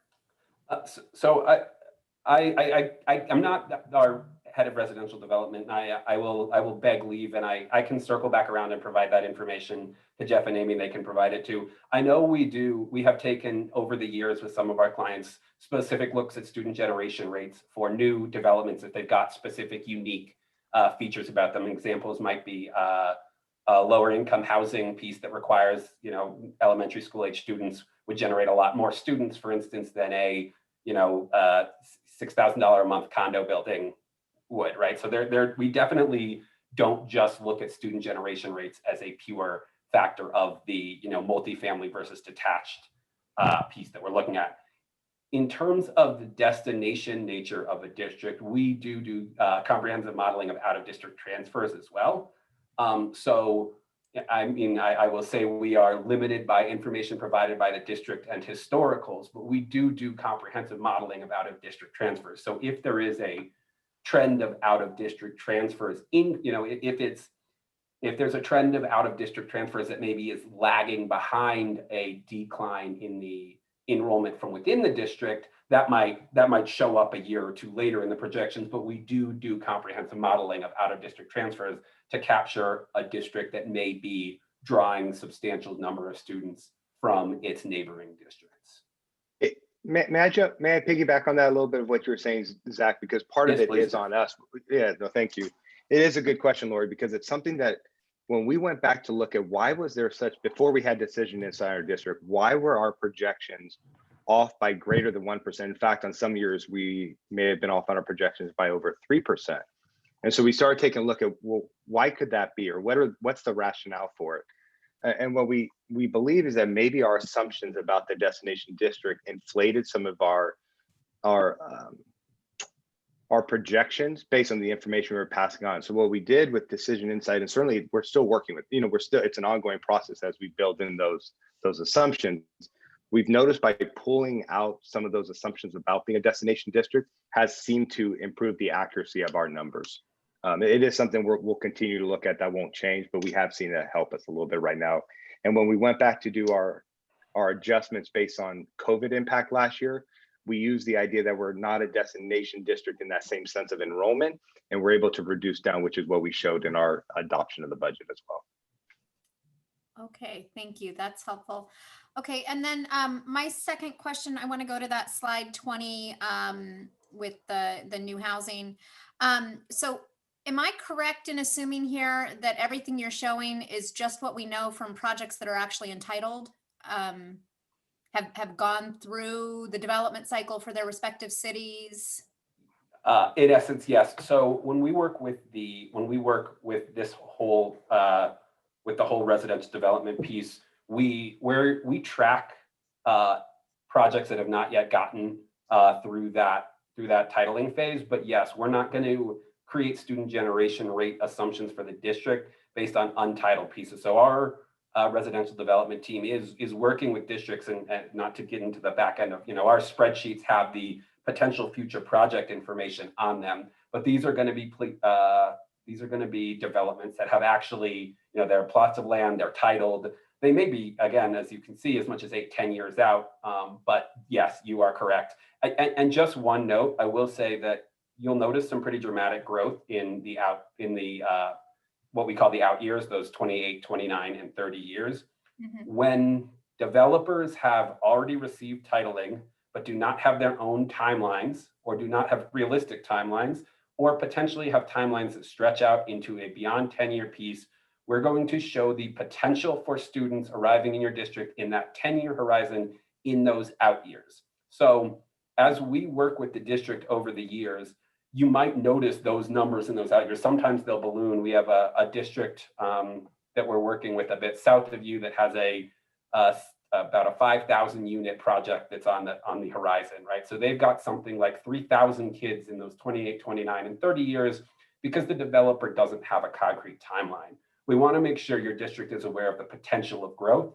But if we're talking about something like building a new school or contracting a school, we're really primarily focusing on that 5-year time horizon and using those out years to give you a sense of potential plan development. And so to follow on with that, then is it, my assumption would also be correct that, so we know we're in an arena cycle and that a lot of our local cities are going to be, not a lot, some of our local cities are a little bit further behind than others on meeting their arena allocations, and you know, that there are going to be some hefty numbers there. But if it's not already entitled, even if that's what comes out of the arena cycle, that is not in this modeling for us right now. It will not be, no. Okay, thank you. Absolutely. Thanks. Right, thank you, Lori. I have 2 questions. Maybe I'll just piggyback on this topic. And so I just want to understand when. So I understand that just because it's in the general plan, just because it's been planned for Farina, it wouldn't be here.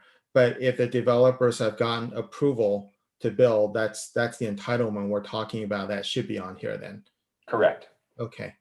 And you probably don't have the answer to this. You'll maybe have to take this back, because I read the report that you showed the screenshot for the residential. And so the largest parcel in our area is something called Valco Shopping Center that has received ministerial approval for 2,400 units. But the spreadsheet still only shows 389, which was the zoning like from 4 years ago. So you probably don't know the specifics or get into the details here, but if you could maybe work with Jeff to understand why that's represented that way. Is it because it's the ministerial approval or something else? Because that is the largest parcel that we have in this area for building. Do you know whether that was the report for 2021, Jerry, or from last year? It says fall of 2020. It's what's on the website. Okay. So yeah. I'll circle back around with our head of residential development, and we'll connect with Jeff. Right. I and love make sure that. you guys get an answer. Right, because that 2,400 unit dwarfs the 1,800 that we have for the next 10 years. So it's, and some of those are going to be senior apartments, which are not going to generate students, obviously, but it'd be good to get that. And then my second question, then if we go to slide 14, I'm trying to just to read this. So the 4 columns there on the right, I guess, are basically percentage of people who chose to attend, in the attendance area who chose to attend. Correct. And then who came distance outside the district or outside the attendance area? Outside of the district entirely. So those would be out of district transfers, not resident in Cupertino Union. And then choice out of folks who chose in the attendance area who chose not to attend that school. You are reading that correctly, yes. Okay. And then is this number for Kennedy correct? Or it just seems like the attendance area and the enrollment, it's a huge difference. I wonder if there's a number missing, or is that accurate? I don't know. It's probably more for you, Jeff. Is that? I believe that is correct, Jerry. I believe that there are that many students choosing into Kennedy, but I can confirm. I'll make sure to check that, and we'll check our enrollment numbers. But I believe that is correct. But this says that, and because I know Kennedy's at 1,100, my kids go there, so I know that's accurate. But I'm surprised that only 577 resident students are from that live in the area. That implies there's another 500 that came from someplace else. Correct. Wow. Okay. I know for a fact, Jerry, that there are over 300 students who transfer from the Cupertino Middle School area into Kennedy alone. So, and again, we can provide that information comprehensively. We can circle back around with Jeff and provide a few more comprehensive reports. But yes, I believe we'll certainly double check those numbers to confirm, but I believe that is correct. All right, great. Thank you. Thank you so very much. Absolutely. All right. Do we want to go around? Anybody? If not, I think we do have at least one public comment. Not seeing any hands. No, only the Kennedy part. I think I good. Yeah, that would have been my second round. But I think Jerry, it was a point actually. Yeah, it doesn't look like. I think all other things looks at least pretty much in line. I agree. And here, it can. Okay, you. I think Jeff, probably you will have a better understanding. But I think even just by looking into the feeder schools, this will not work very well. So the number of feeder school what goes there, it is not really matching well, my view. So. All right, well, thanks. Oh, I guess since you opened the round, I'll just maybe ask one of mine here too. If we could go to slide 7, this is where we talk about the boundary population trends. And Zach, you made a comment towards the end of the slide that the level of how the population is leveling and the student population is dropping. So the implication then I would derive from this is that the percentage of households with children are dropping. Because would you just say a bit more about that last bullet?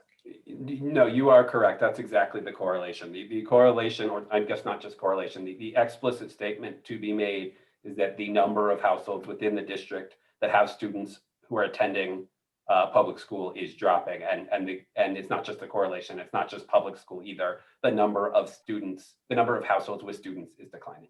Okay, and again, this is a statewide or a regional trend? Both. Nationwide, in fact, for the most part. Great. All right, thank you. Anything else anyone clarifying before we go on to public comments here? Okay, scanning through, no one. So Leslie, I believe we have at least one comment. We have actually 2 comments. 2 comments. All right. So if we could go ahead and call on the commenters. Absolutely. So if you'd raise your hand, please. The first person is Janine, and the second person is Latha. Okay, let me pull up my, you're right, Lori, there are a lot of windows here to keep track of. I can help you out. I see Janine is ready. All right, so Janine, I think I see your mic is unmuted, so welcome. Yes, I have thank you for giving me a chance to talk in the meeting. I have 2 questions. One, I think Phyllis already mentioned it, why the 4 alternative school is not considered as on the enrollment report. And the second question to me, when you compare for the outgoing and incoming students for this district, why the TK student is not considered as an incoming? Because once they graduate from the TK, they will go to the kindergarten, is considered as the incoming student compared with the outgoing. So this is my question. Thank you. All right, thank you, Janine. All right, and we'll welcome our next speaker, Latha. So Latha, let's make sure we can get you unmuted. I think if you, there you go. Yes, go. All right, welcome, Latha. Hi, can you hear me? Yes. Oh, thank you for giving this opportunity to speak. I do have the same question like Janine, why? So for my question is regarding alternative schools in the slide 13. If you include the alternative schools as part of the neighborhood schools, how would the numbers and the percentage looks in that table column? I would like to see that just to give an idea about how the overall 5 to 10 years down the line, how it looks the projection. So the community can understand that too. Not necessarily, something will happen, but it gives you an idea, in case if we have this number at the same with us. So I would like to see that also in the table. If the alternative school is merged as part of the neighborhood school, how that number percentage changes. That was my question. Thank you. All right, thank you, Latha. All right, let's bring it back to the board here. I would like to provide one piece of clarification on that, just so people who are watching are aware. The enrollment projections do include the alternative schools. The open enrollment information about the transfers in and out is not provided on those enrollment slides, but I do want the board and community to know that the enrollment projection in the enrollment piece does contain the alternative schools, because those are flat, because they're at capacity and have that wait list. They're important to see and they're important to understand the numbers, but because they are at capacity, they're not actually driving an increase in enrollment. So just so people are aware, that total line at the bottom, that 15,111 for 21 and forward does include those 4 alternative schools. Great, thank you. Thanks, Zach, for the Absolutely. clarification here. So just kind of go back around and make another pass, any sort of comments or questions. So start with you, Satish, please. No, I think Zach answered that. I was thinking that in the total projection, it's already been considered, right, alternative school. So slide number 12, it looks already it's been taken care. Only thing in slide 13, we don't have the, the breakup of alternative school, right? Right. Yeah. Yeah, that makes sense. Okay, all right, thanks. Thanks, Satish. Phyllis, did you have anything? I just have a comment. I'm really glad that for budgeting purposes, we're using the conservative numbers. And I know a few years back, maybe when we first started using this demographer, we did not do that. And I would like to memorialize that. I think we should always use the conservative numbers for budgeting purposes. Thank you. Thank you, Phyllis. And then Sylvia. Nothing? Okay. All right. And then Lori, did you have any questions or additional comments? Yeah, so I think in some of the planning we're going to be doing over the next several years, it's going to be really important for us to be tracking on an individual school basis. So I just want to be sure that that is part of, I'm sure that is part of the work you do to go into being able to summarize it for us, but I think we're going to want to be very transparent with that, for the foreseeable future, whenever we're doing any sort of demographics updates with our community, to capture down to the more granular level of our attendance areas. So I'm just throwing that out there for staff. And Lori, just so you're comfortable, we do provide that to staff. We provide that as part of both the conservative and the moderate. And again, just so the board is comfortable with this, we have an enrollment projection analyst who touches every cohort at every school. We also do have public white papers that walk through the methodology and things like that on our website, just so the more academic or methodologically minded folks, if they want to review that, can go through. And I can gladly provide that information to Jeff for him to share onto the board and potentially onto the community.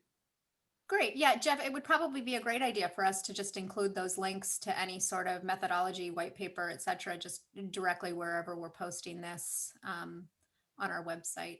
I think that would probably be something wise for us to consider. So thank you for that. Thanks, Lori. I think as for me, first I want to thank Jeff, Amy, and Zach for presenting this to us. I think this has been one of the items of discussion in the community over the last couple of months on what the projections are. And it's really great to kind of get these specific numbers and including the methodologies. And so thank you, Zach, for a very complete job here by you and your team. I think my main comment here, I'm looking at slide 13 and looking at, I think this year as we start to work on some of the issues around balanced enrollment, there's a huge variation between, if I look at that attend area column, that fourth one from the right, we have numbers as high as 97% for Stockelmeyer, 70% for Muir, Regnard at some 70-some%. And it'd be interesting to understand, now that we have the actual data, to understand maybe some of the forces that are driving the differences in the behavior. I know this isn't going to come from the numbers. There may be some of the outreach we need to do. I know that may be something I'd be interested in, sort of understanding some of the drivers behind that. But again, it's probably more for staff than for you, Zach. But that's all I had here. So yes, Lori. Sorry, one more question just dawned on me listening to your comments, Jerry, which is, Zach, is there anything in this table specifically on 13 that sheds any light on private school choice in our area? No, that's a difficult question for district demographers. We are, to be completely frank, right? We're paid by districts. We can provide some general information to districts to sort of clarify some questions, and that's going to be census data that we can use to paint broad strokes about the number of students you might be losing. Unless we're commissioned by a district in a way that has never happened before to really investigate private school pieces. We can only provide comparisons of your enrollment to the census data and our expectations about, you know, students existing there and then who might be leaving. We're not going to be able to tell you who's attending, you know, Our Lady of Guadalupe and who's attending, you know, whatever the private schools might be in an area, just because we don't have access to their student information systems. We're not their demographers.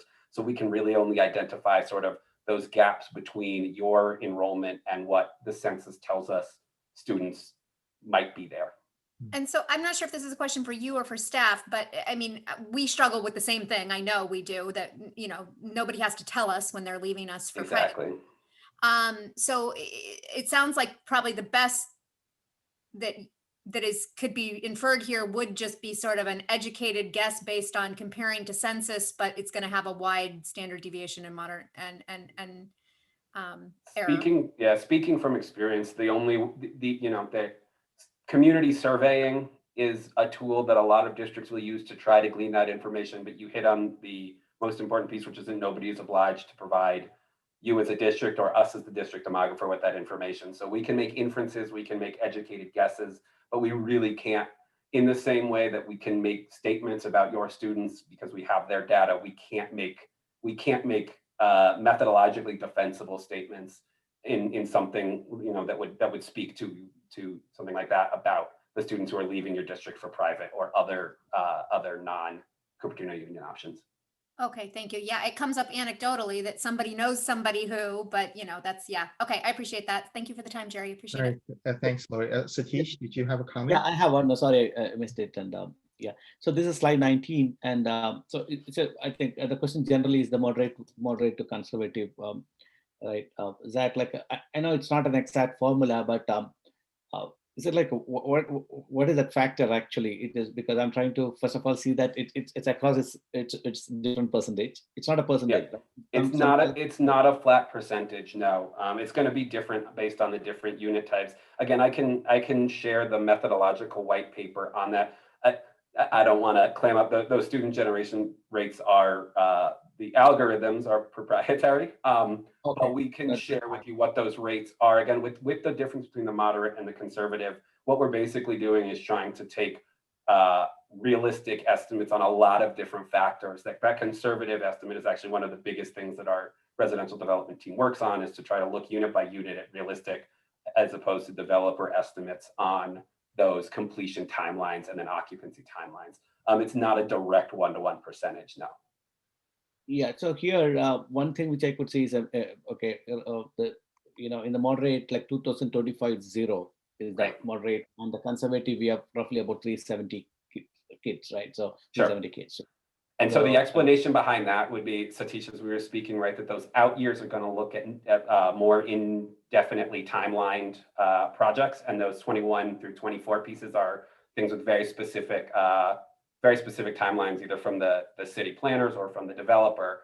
And we've spread those out. We don't believe the developer's 2024 completion timeline is sort of the high level description of it, but basically we've taken those same 629 units that we built in 2024, and we've spread them out over a longer timeline, which would mean some of them completing in 2025, even though there's no current plans for a development to be completed in that year within your community. Okay. Okay, thank you. That's it. Thanks, Zach and Jerry. All right, thanks, Satish. Let's just one other scan. Anyone else? If not, then, well, thank you. Thank you, Zach, Jeff, Amy, for this presentation. Very enlightening for us and for the community. Thank you. Thanks. All right, let's then move on to item 8.2. This is also a discussion item, building long-term fiscal stability, part 7. So take it away, Stacy. Thanks, Jerry. Give me a second here to bring up the slides. So really tonight wanted to circle back and recapture some of the conversation that we had last week and just reaffirm what our commitments are as we're talking and finalizing and working towards the parcel tax. So really did expand it to say what are our commitments and our assumptions based on the information that we have and moving forward. And really go ahead and move to the second slide. I think we stated this last week when we had the discussion on the parcel tax and landed on where the parcel tax amount would fall, is we really are seeing this as that ability to really positively alter our trajectory, so that we move away from having these discussions about what are we cutting and what are we reducing and what are we losing each year, to really talking about what are we able to offer to the district, what are we able to commit to for our employees, for our community, for our parents, and most importantly for our students each year. And so we landed on, by passing a parcel tax, we landed on a $398 replacement parcel tax. This would include the current $250 that is under our Measure A, and then an additional $148. And so this would, if it passes in the spring, this would become effective July 1 of 2021. We determined that it would be a flat rate. We determined the 8 years in duration, and we determined that we would like to put it onto the ballot to be passed in May of 2021. So again, just to recapture the conversation from last week. Next slide. Where I'd like to spend some time is in the last weeks, we've really been talking about the things that we would have to give up or to lose, and kind of always had that negative connotation that, you know, we're not going to do this or we're going to lose this, and really to keep with that positive thought of what the possibility is by passing the parcel tax. We really are offering some very positive trajectories for the future. And so what we want to say with the parcel tax by passing, our commitment really is that we're ensuring fiscal solvency for multiple years. We will no longer have that structural deficit that we continually have had to talk about over the years, and address how are we going to find some money from somewhere, whether it's a reduction or a shifting of funds to cover that, that we would be fiscally solvent and not have that structural deficit. We also have said that a lot of the conversation that it brought us to this point was the discussion that came up about the schools. And so we want to say our commitment is to keep all schools open. Our continued commitment that each year we know that we want to continue to attract and retain highly qualified staff by providing competitive compensation. I know there's oftentimes questions about what does competitive compensation mean? And so we do have comparisons when we look at our surrounding districts as far as what are their yearly salary increases and percentage. We also have salary schedules that we look at, so that we can always stay within that top percentage of the districts surrounding us, so that we don't risk losing our teachers to a higher paid district. And so that's really what we mean competitive, as we look at our surrounding districts, not necessarily just districts that are funded the same as us, but really our surrounding districts where our teachers and our other staff may relocate or move to out of CUSD. Our other commitment is to maintain the current programs and positions through 21-22. This is really based on, we have said our energy needs to be passing the parcel tax. And so we're asking for the commitment from our staff, from our community, from our parents, that we really focus on getting this parcel tax passed in May. And so what that means is not to have the detractors that typically this time of year, we may be talking about layoffs or reductions or cuts in some form. And we're going to put all of those on the table. And again, focus on passing that parcel tax. We know that if we aren't fortunate in passing the parcel tax, we would come back and revisit that. But again, I think really evolving and using that energy on that positive trajectory conversation. The last one is really the language that evolved after the discussion from last week. And over the previous weeks, we had presented really the desire, the need from the district to really support a strategic plan and support the whole child in their well-being. And initially, we had thrown out specific FTEs or staffing numbers that we thought could help meet this need. And we highlighted elementary counselors, we highlighted literacy specialists, and then the elective teachers at the middle school. And the conversation that evolved after last week, and really our intent is more, we recognize that we need to support our students in a very, all of theirs, their social, their emotional, their intellectual, their academics. We need to be able to provide programs and resources. So instead of specifying that particular staff would be hired for this, we really want to have the opportunity to have the funds that the schools are able to design. What is it that they specifically need? What interventions do they need to provide for students? What incentives do they need to provide to students and to staff? We've had some discussions about the opportunity to have further in developing our clubs that are on our middle schools, to give students opportunities. How do we engage our teachers to be able to want to do those clubs? Is there stipends available? We know that 2 electives at the middle schools to allow our students to have that opportunity. If they are in an intervention class or a support class, that they still have an opportunity to take an elective, or just that opportunity to have 2 electives to really fully develop as students in that middle school age and have that experience. And then for all of our students to really focus on that social emotional well-being being and what support does that need to be? How do we help them in the academics and the reading and the math so that they aren't falling behind?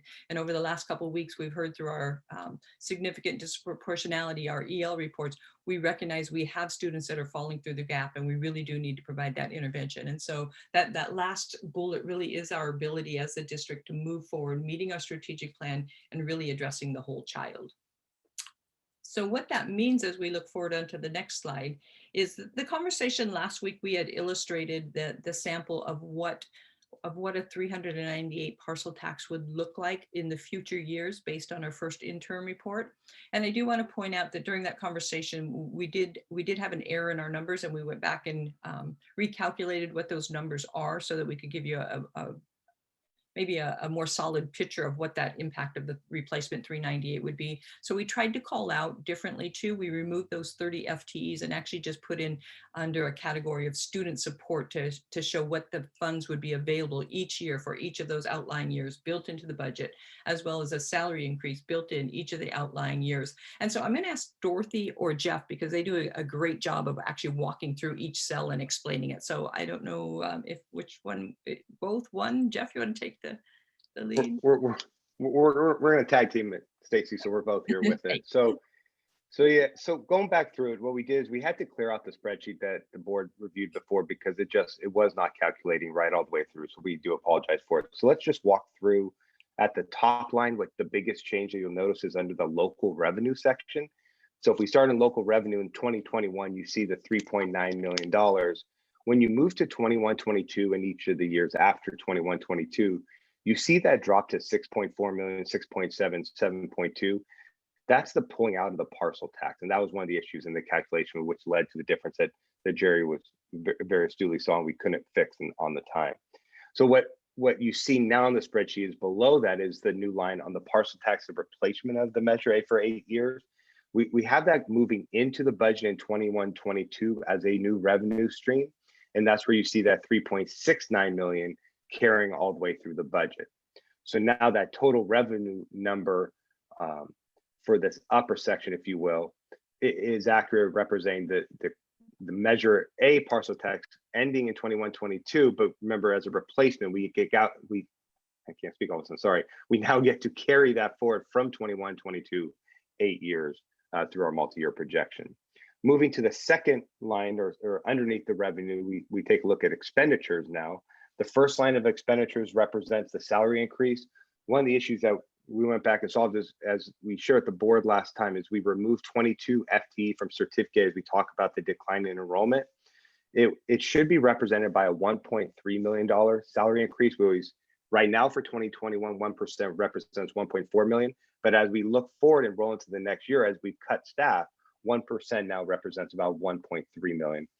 As the board knows, we will always bring back the FTE and the percent every time we bring one of our interns forward. The total salary increase represents the cumulative effect of having a 2% salary increase each of those years. Going down to the next line, Stacey already hit on it. It's the assumption of $2 million beginning in the 21-22 year. And then if we go all the way down to the bottom of the revenue less expenditure line, we only show a negative or structural deficit in the 2021 year because that's the retroactive factor of it. But when you move from 2021 to 21-22, we become not only solvent, but we eliminate that structural deficit. That structural deficit will carry, or the elimination, I should say, of the structural deficit will carry forward through the duration of the parcel tax that Stacey just described. And then the last thing before I turn over to Dorothy for other clarifications is you see that the total end fund balance builds over time. And that's just because of the cumulative effect of, as we talked about the decline in enrollment, we had to go back and start adjusting certificate and classified staff. I know Stacey can hit on that more, but when we move from first interim to second interim, now we just saw the enrollment projections that came in the previous item. We start really taking a deep dive into what are our staffing numbers that we need to assume in our budget moving forward. So second interim, the board has a chance to review it, and then the board adopts the budget in June that reflects the most current numbers with it. Dorothy, anything you want to hit on there? No, I think you hit everything pretty much on point. Okay, Dorothy. Stacey, anything to add? I think we're covered. Okay, thank you. Good job. Can we go to the next slide? So the other piece that we wanted to share with you is that our campaign committee has been working and is, you know, geared up and ready to go to get this partial tax passed. And so I'd invited Dan Hallaby to come back and share some of the insight and strategies that the campaign would like to utilize to ensure that we get this partial tax passed as much as possible. And, you know, again, I think that's where all of our focus is, all of our energy is. And we are happy to continue to answer as many questions as possible from the community and tell our story, because I think as people are hearing the story from CUSD and understanding the great schools that we have and our ability to continue to offer those great schools really does depend on our entire community supporting and uniting. So Dan, I'm going to turn it over to you. Thank you, Stacy. Good evening, members of the board. Thank you for giving me the chance to talk to you tonight. I'm speaking to you on behalf of the campaign committee. I'd like to give you a very brief presentation recapping our campaign plan, a status update, and then I'd like to ask you to consider a specific element of the plan. I'll do that at the end. If we could advance this slide, please. Oh, you did it. Thank you, Jeff. Sorry. No, sorry, you did it. So this is an overview of the calendar of the election.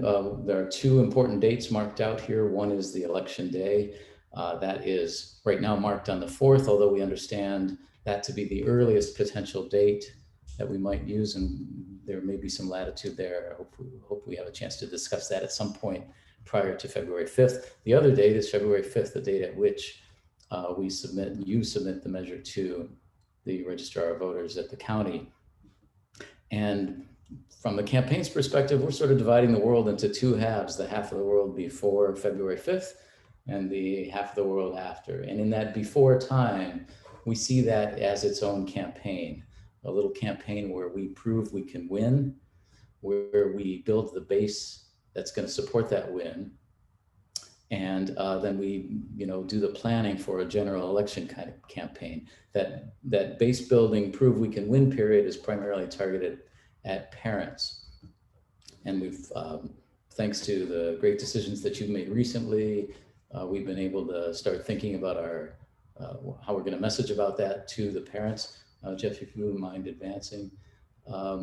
We've built a team, about 40 volunteers so far, who are helping us contact the parents. These meetings have in the hundreds of parents present. Usually there are about 22,000 of them, and I think they are not in all equal states of awareness or understanding of the need. So what our aim really is to get in front of every parent of the district and to communicate to them about the need and about the measure and to call them to action.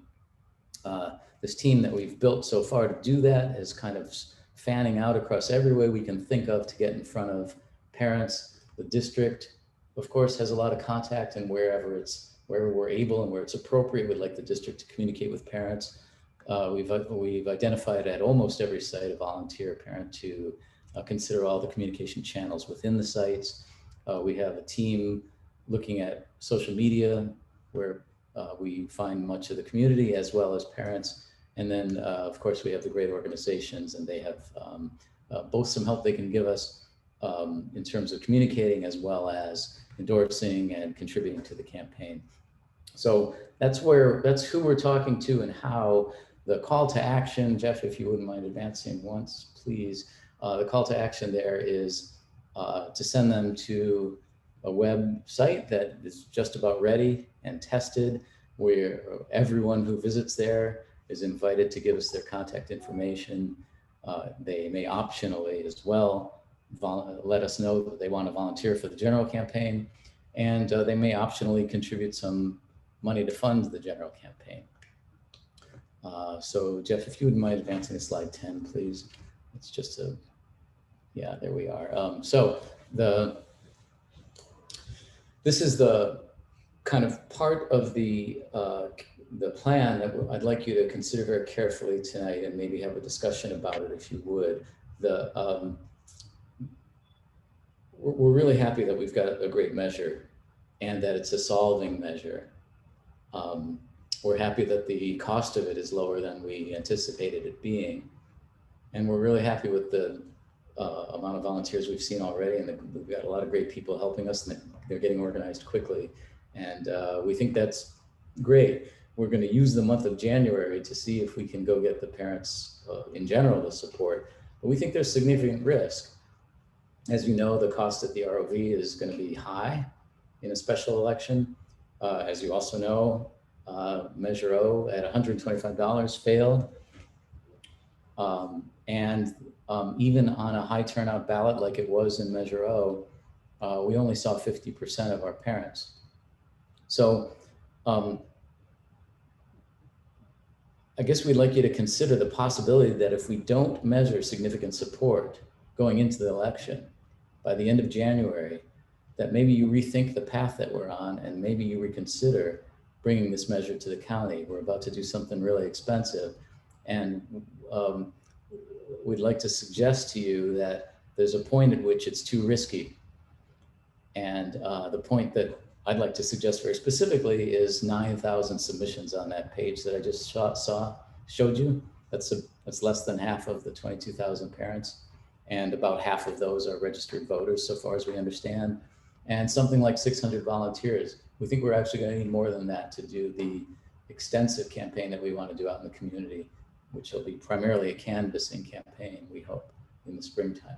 So really the idea that I'd like to leave you with and have you consider is this idea that there's a chance we'd have to rethink if we don't see ourselves set up to win at the end of January. And that's really my whole presentation.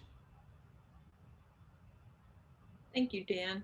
So with that, we would entertain questions. I know there were kind of two parts to the presentation, so I don't know if we want to break them up or just ask questions away. All right, thank you. Thanks, Stacy. Thanks, Dan. Just a sort of reminder to the audience here, if you'd like to speak on this item, please submit a comment card. There's a link on the district website. I don't know if we can post it in chat here if it isn't already. So that's just it's okay. So it's been posted, it looks like. So let's kind of go around. Maybe let's just, for clarity for everyone, let's break it up into Stacy's section and Dan's section. So let's start with that first section where Stacy, I think the last slide ended with the multi-year projection. So let's go around. Satish, anything on the first half of the presentation? I have, yeah. I like asking questions to Stacy anyway, so. So, Stacy, I think the slide number 3, right? So that's the summary here. If you go to slide number 3. Yep. So here, I think a little bit of open-ended. I understand that the intention is all these things keep all schools. So multiple years we are saying. So is it like a intentional like that, or the assumption is that it is for all our 8 years of this parcel, this is covered?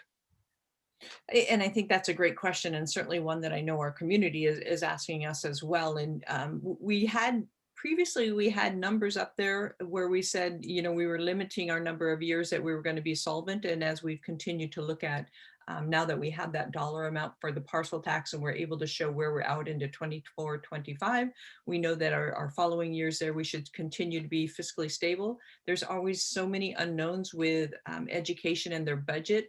It's difficult to make complete statements after the 5 to 6 year because we don't know what may happen with some of our budget. We feel fairly confident with this 398 that we would be solvent for the 8 years. The keeping of all schools open, originally we had said that we would be looking at that through 2024. We know that this has been one of the biggest pieces, I think, that is really important to our community about keeping schools open. And really that's where some of that energy and emotion has really came up in the support for us that we've heard for it. And I think as a board, we need to look at what does that mean, because if we say that we can keep all schools open due to financial reasons, it is very different than looking at keeping all schools for declining enrollment. And so I think we will probably need to look at some kind of a policy in our outlying years. How do we address declining enrollment?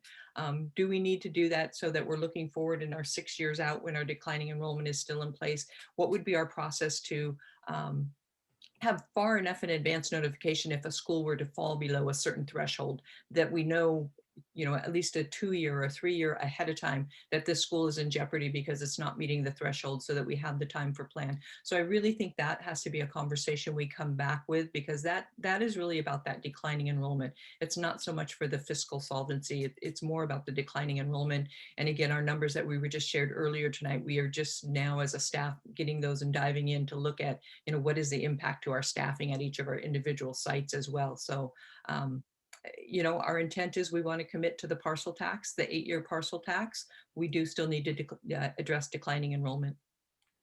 Okay. So I think I agree, but at the same time, I think the biggest concern could be this bullet 2 item, right? Like how long the schools could be, like, because, I'm not saying that or I'm not for us saying that a specific year it will be okay till 24 or 25. That's not the case, but I think a little bit of a firm commitment here would definitely help, barring the declining enrollment is a different challenge by itself, right? Especially we are talking about the fiscal impact of it, right? The school closure because of the fiscal should not come in picture, kind of, right? So that's why we are going for the parcel tax. So a little bit more clarity on that would definitely help, and that would help us to make our parcel tax pass. That's what the intention here is, right? So declining enrollment by itself is a bigger issue, but that should not probably be impacting the decision here on that, right? So on the fiscal part of it. So just I'm curious, more than the fiscal solvency, I understand that other things, but I think schools keep open probably would be a #1 priority for public.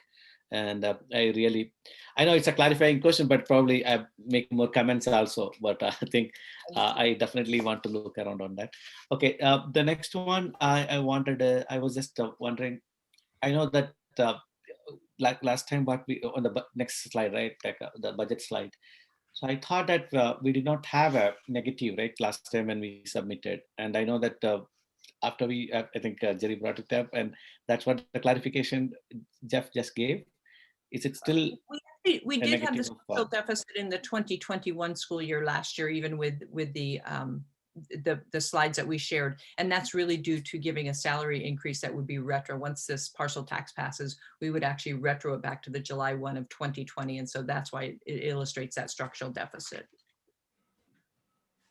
Oh, okay, got it. And here, the board reserve is still kept as 3%, or it's basically that 6% is across, right? The board reserve.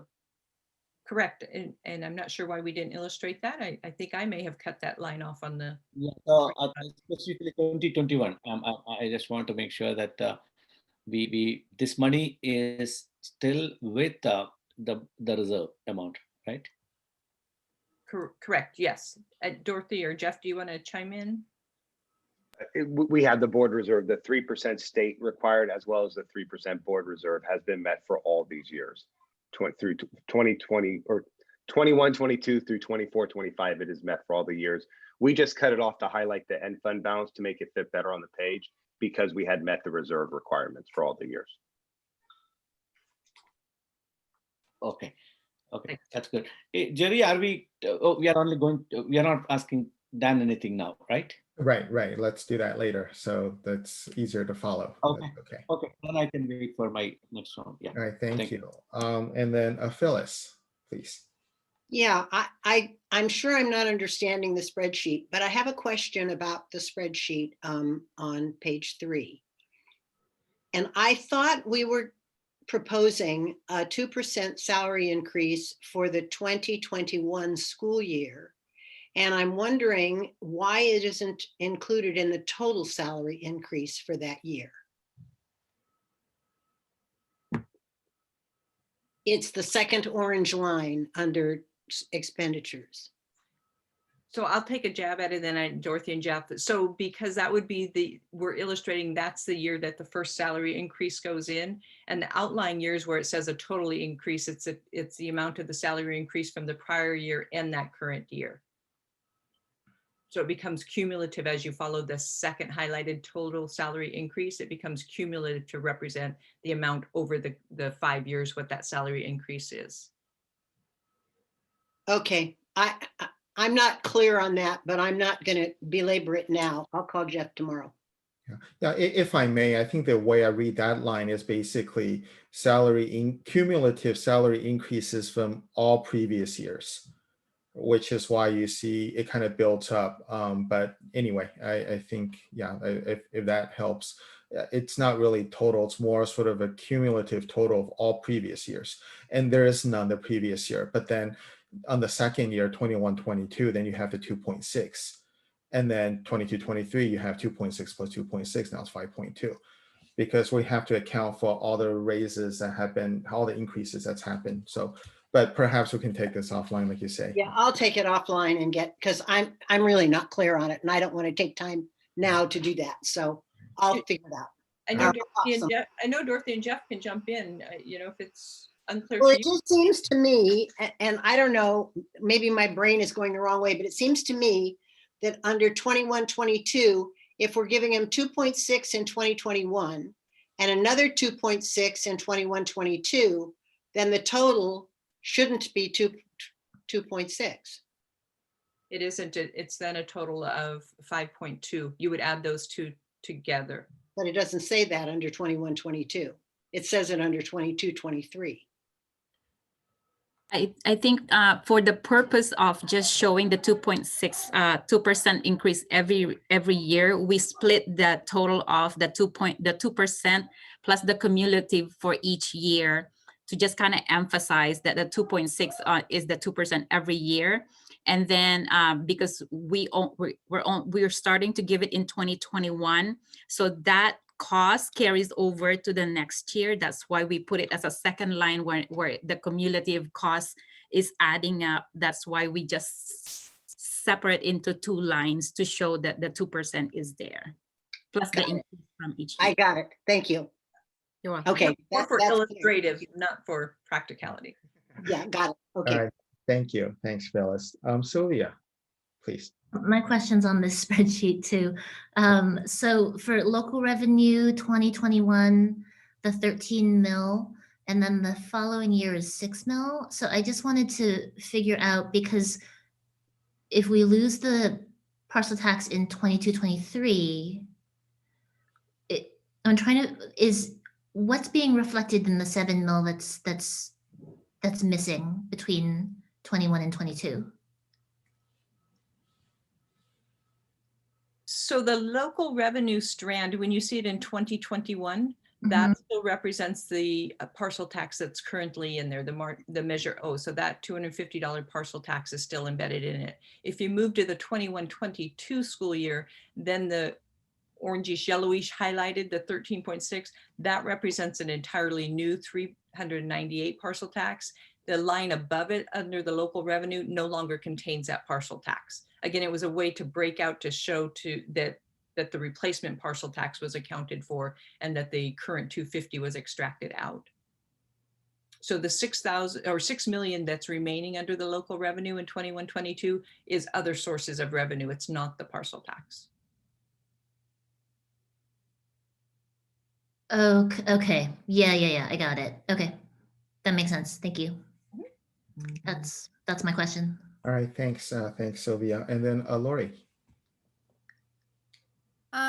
So in this multi-year, I see the asterisks are still there, that we're continuing to model this as if our best estimate based on the calculators we have to use with the state that we're converting potentially in 22-23, right, for basic aid? Am I understanding that right?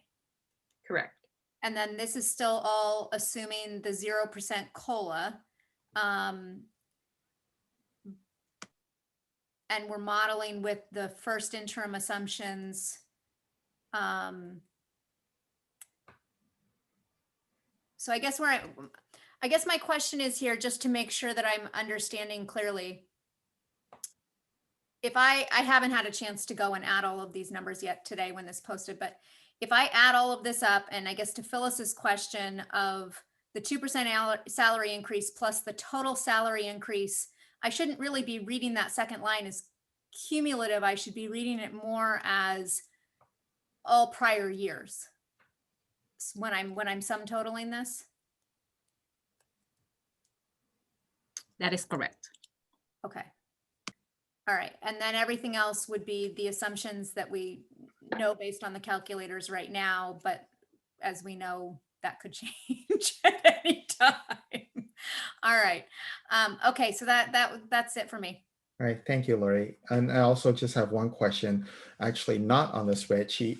So if we could go back to slide 3, please, where we talk about the sort of the promises, I guess, to borrow Dan's terminology. So last time we had talked about in terms of the electives for middle school students was basically, I think I seem to remember a stronger statement that said 2 electives for every middle school, and now the wording is a little bit not as strong. It just says electives. I'm wondering, has the intent changed here, or is this just a change in wording?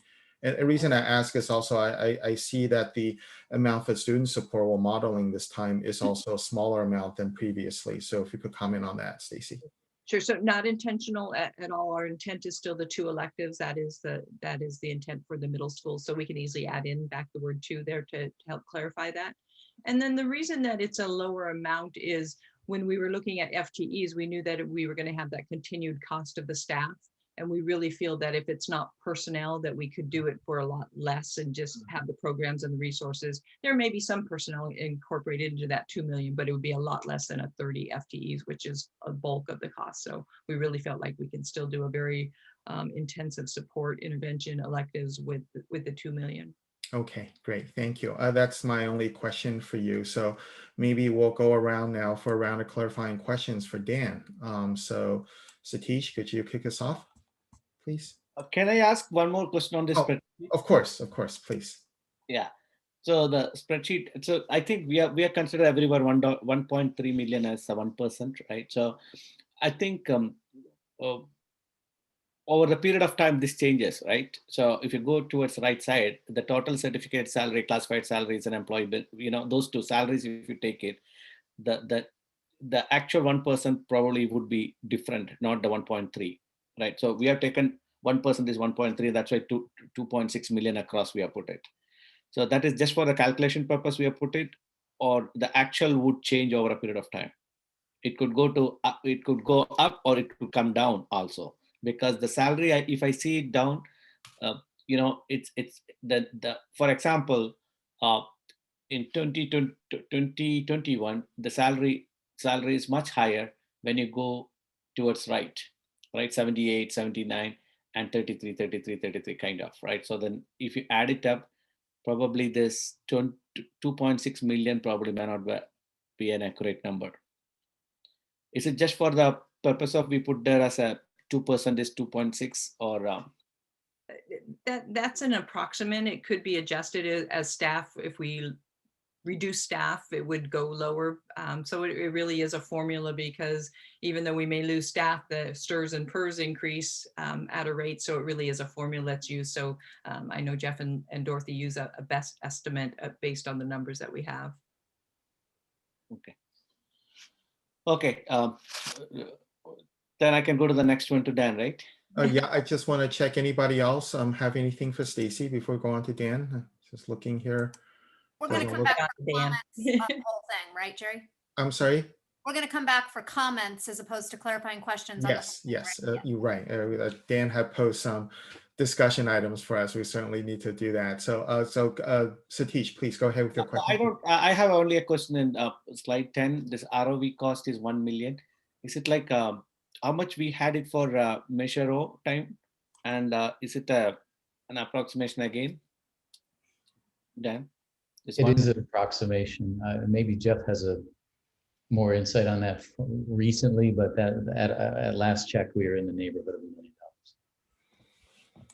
So it's because of the special election? Yeah. Yes. Okay. And when you compare it to Measure O, how much was it? Jeff, can you help us there? Yeah, I can pull it up for you. I need to split out because we had the board election there. If you give me 1 minute, I can pull up that number. Yeah, that's fine. It's not, but is it a significantly lower number? That's it. Yeah. It is a significantly lower number because the election cycle. When we went out for Measure O, there was other elections going on, so that cost is shared amongst all the elections at that time. Versus right now, the cost for registered voters is closer to $1 million because of less people on the ballot, or because we're going out ourselves for it. So if we change this date like May 4th to some, if you do adjustments, would it come down a little bit? It's not going to change very much right now. It's probably a high number. Typically, in the last few years, the register of voters gives us a really high number, then it comes down as it gets closer to it. But they also want to budget really high, so we know what to expect. Okay. That's all I have, Jay. All right, great. Thank you. Thank you, Satish. Phyllis, please go ahead. I have no questions for Dan. I just have some comments later. All right, thanks, Phyllis. And then Sylvia, please. So I had a couple questions about the thresholds that you had, the 9,000 submissions, 600 volunteers. At some point earlier when you had presented to us like a month ago or so, you'd also kind of given a target number for fundraising. So I'm just curious, is that still in play? If so, what that number is, if not, why not? And also kind of the 9,000 submissions, kind of what's the thinking behind these thresholds? Yes, on the first part, there continues to be a fundraising target. It continues to be about $250,000.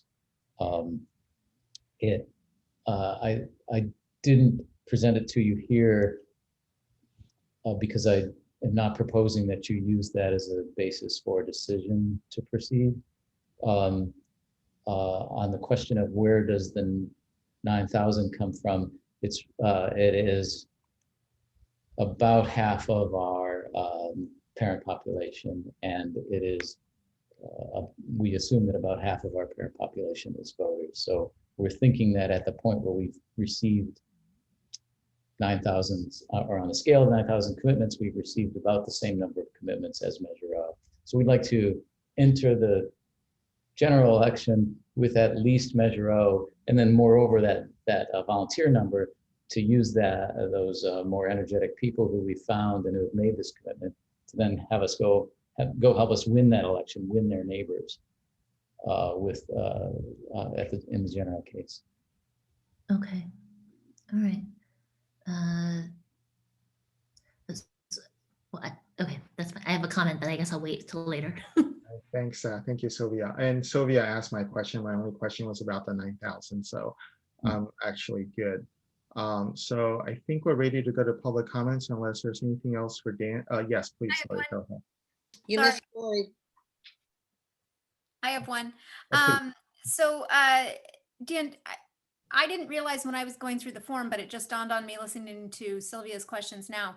Do we have a way of letting people tell us that they have more than one voter in their household? First of all, thank you for your contribution on the forum. And yes, we're actually, that's another reason why we've cut the number a little bit. Why we initially cut the number a little bit is there are 11,000 households that we figure works out to in the low 20,000 individuals. But from a campaign perspective, we're tracking individuals because it's votes that count for us. And so we're kind of doing the same thing on this commitment page. So we're looking for individuals and households. That's another reason why not to set a dollar threshold, because we wouldn't expect a household to make 2 contributions, but we would hope that a household makes 2 commitments of their understanding and support, and even 2 volunteers for campaigning. So like in that case, you would want my husband to come back and fill out his own commitment form? We would, and would take a donation from him as well. All right, indeed. Thank you. Thank you, Lori, and I guess thank you for your contribution to this site that look forward to seeing. If there's anything else, then, yes, Sylvia, please. Oh, no, sorry, that was me. That wasn't. Oh, that was not okay, I'm too sensitive here. The motion sensor detector is a little bit, needs to be tuned. So Leslie, how many public comments do we have? We have 6 public comments on this item. All right, are we all good with 3 minutes then? It's with 6. Okay. All right, Leslie, let's invite the commenters then. Great. I will read the first 3 names, and if you could please raise your hands. The first name is Lily, followed by Sridhar, followed by Devi. Okay, all right. So let's see, are the hands? Okay, I think Lily, you've been unmuted or you can unmute. So welcome, Lily. Hi, thank you, Jerry, and congratulations on your presidency. Thank you, and a few comments. One of is the new parcel tax. I think the numbers are now is lower than we originally thought, and happy to see that. And but I still a bit concerned how we will use this money.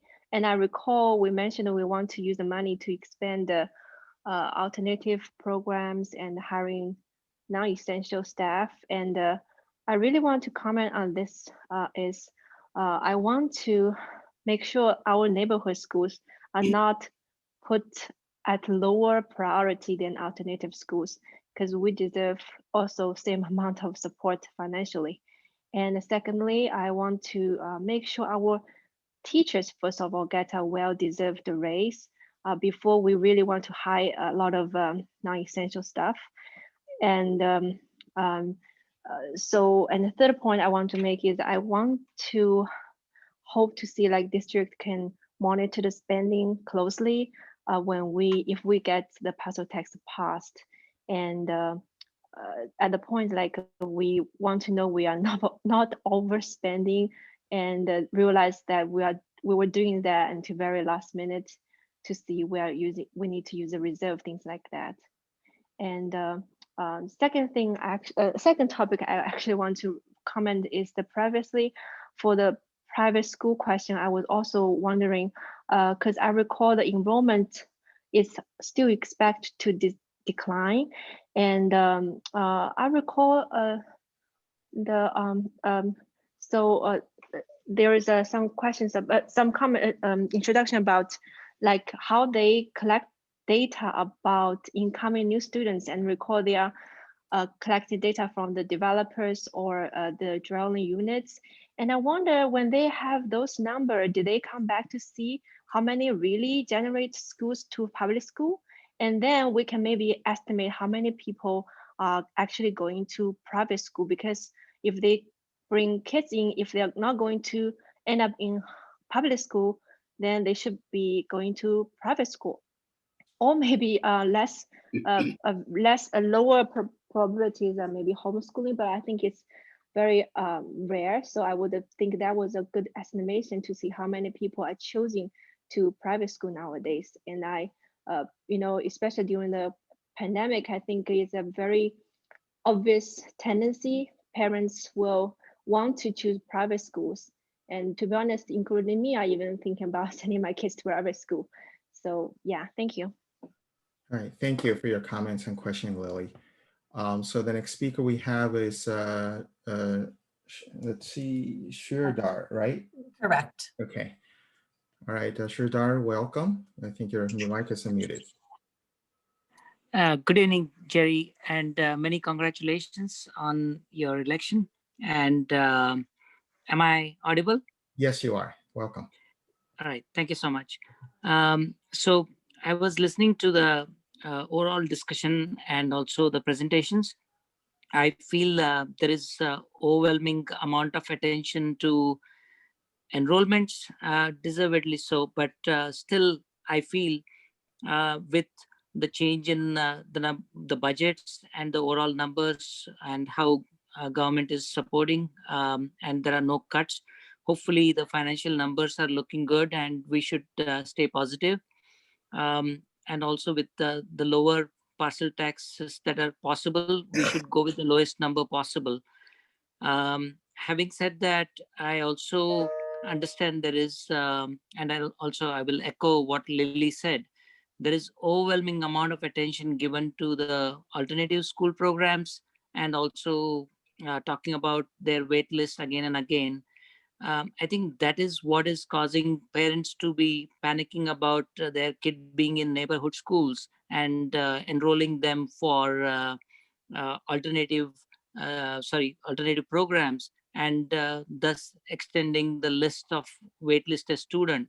So it is becoming a self-fulfilling prophecy there as to, oh yeah, alternative programs are great and we should encourage and we should talk about these wait lists again and again. So that I think we should refrain from, or the only other alternative left with us now on a lighter note is announcing all the neighborhood schools as alternative schools. That should make everybody love our neighborhood schools as well. So the only request here I'm making to the board is give enough attention to the neighborhood school. They deserve it. And stop talking about only alternative schools and how good they are everywhere.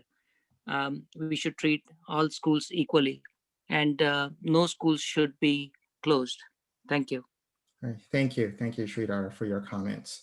Then the next speaker I believe we have is Debbie, right? That is correct. All right, so Debbie, so I think That you're- is. Got Hey, it. hi. Okay, Thank- welcome. Yes. Hey, thank you guys for the opportunity and congratulations on the election. Yeah, the parents before me articulated the importance of effective spending of the new budget that's coming in through the parcel tax amount. Yeah, just be cautious on that. And they also uh, talked well about the alternative schools. Yeah, they have to, the home schools have to be given a priority for sure. So I won't be touching on that, but I have another question regarding, you were talking about 2% salary increase and a total salary increase. Are they both different? That was one of my questions. And the other thing is, we have a lot of parent volunteers ready to help with campaign. So considering that, do we still need to put so much money into campaigning? That is the one. And instead, can you please focus on educating the parent volunteers so that it's not just the parents in the community that is going to vote, right? There are other non-parents in the community that that should also weigh in, or that will be weighing in, so that this parcel tax has to pass. So for that, a better education of why we need to pass this parcel tax. That education is really critical, because we don't want it to end up with a scenario like Measure O. So that kind of education to the parents would really help. Thank you for your time. All right, thank you. Thank you for commenting. So Leslie, could we have the next set of speakers, please? Yes, we've got Liang Chow, followed by Atul Apt, followed by Hetal Bhuta. So I see Liang. All right, Ann, welcome. Hi, Jerry. Congratulations on being the board president. And Stacy and Jerry, Stacy and Jeff, thank you for continuing to be responsive and adjusting the criteria to be more reasonable. And first, I'd like to continue to request a viable path for all small schools to become unique magnet schools with open lottery like all other alternative schools, so that they are on level playing fields. Second, please commit to no school closures for the entire 8 years of the parcel tax. And if there is ever a need to close schools due to enrollment issues, it should never ever be done as a knee-jerk reaction as we have seen this year. Such long-term permanent decision should be done after conducting an objective fact-finding committee as mandated by the state, which is open to the public. And we should re-examine the purpose and format of our alternative schools. Third, please include a commitment in the parcel text language to support strong core academics and high quality teachers, which are what sets CUSD apart at the different caliber school district. Your board policy states that all students should be challenged and supported in their math courses while experiencing a suitable instructional pace that encourages mastery of foundational skills as well as deep conceptual understanding of mathematics. However, while the district tries to provide intervention to serve a portion of the students, it appears CUSD has lowered the priorities to challenge the portion of the students at the other end of the performance spectrum. I'd like to request that the parcel tax reaffirm CUSD's commitment to strong core academics for our advanced learners. Thank you. Thank you, Liang. Thanks for your comments. Next speaker, I believe, is Atul. So Atul, welcome. Hello, can you hear me? Yes, we can. Okay, thanks. Thanks a lot. Congratulations, Jerry, and congratulations to the newly re-elected board members. And I kind of, before I start off, I want to say thank you to everybody, all the board members and all the staff who we've reached out to, who have been very responsive over the last few months. So we all appreciate that. The first thing, so Liang actually put it really well. So I'll just briefly touch upon that. And Satish, thank you for bringing up about the commitment. I think you raised that point already. So I'll just quickly say, I think it's extremely critical for that commitment to be there in writing in a public forum, because I think there is a little bit of a credibility issue. I mean, I don't think at this point we can take anybody's word for it. So I think we want to see if we can ask taxpayers to give a commitment for an 8-year parcel tax. I think it's equally appropriate to ask the board to give a commitment to not close schools for 8 years. And I think it's extremely, extremely critical to actually have that in writing in a commitment. Let's not be vague about it, because right now we are being too vague about it. The other thing I will say, if you're talking about possible closure of schools because of enrollment, I think that the problem is, and I think Liang put it really well, we shouldn't do it as a knee-jerk reaction. There's a whole, it opens up platforms with alternate schools and, you know, what is the maximum and so on. So I would suggest that commitment for financial reasons needs to be clearly laid out. And then the last point that I want to bring up is, so I actually, as I was listening to Dan sort of talk about this, and I did mention this in some of my email.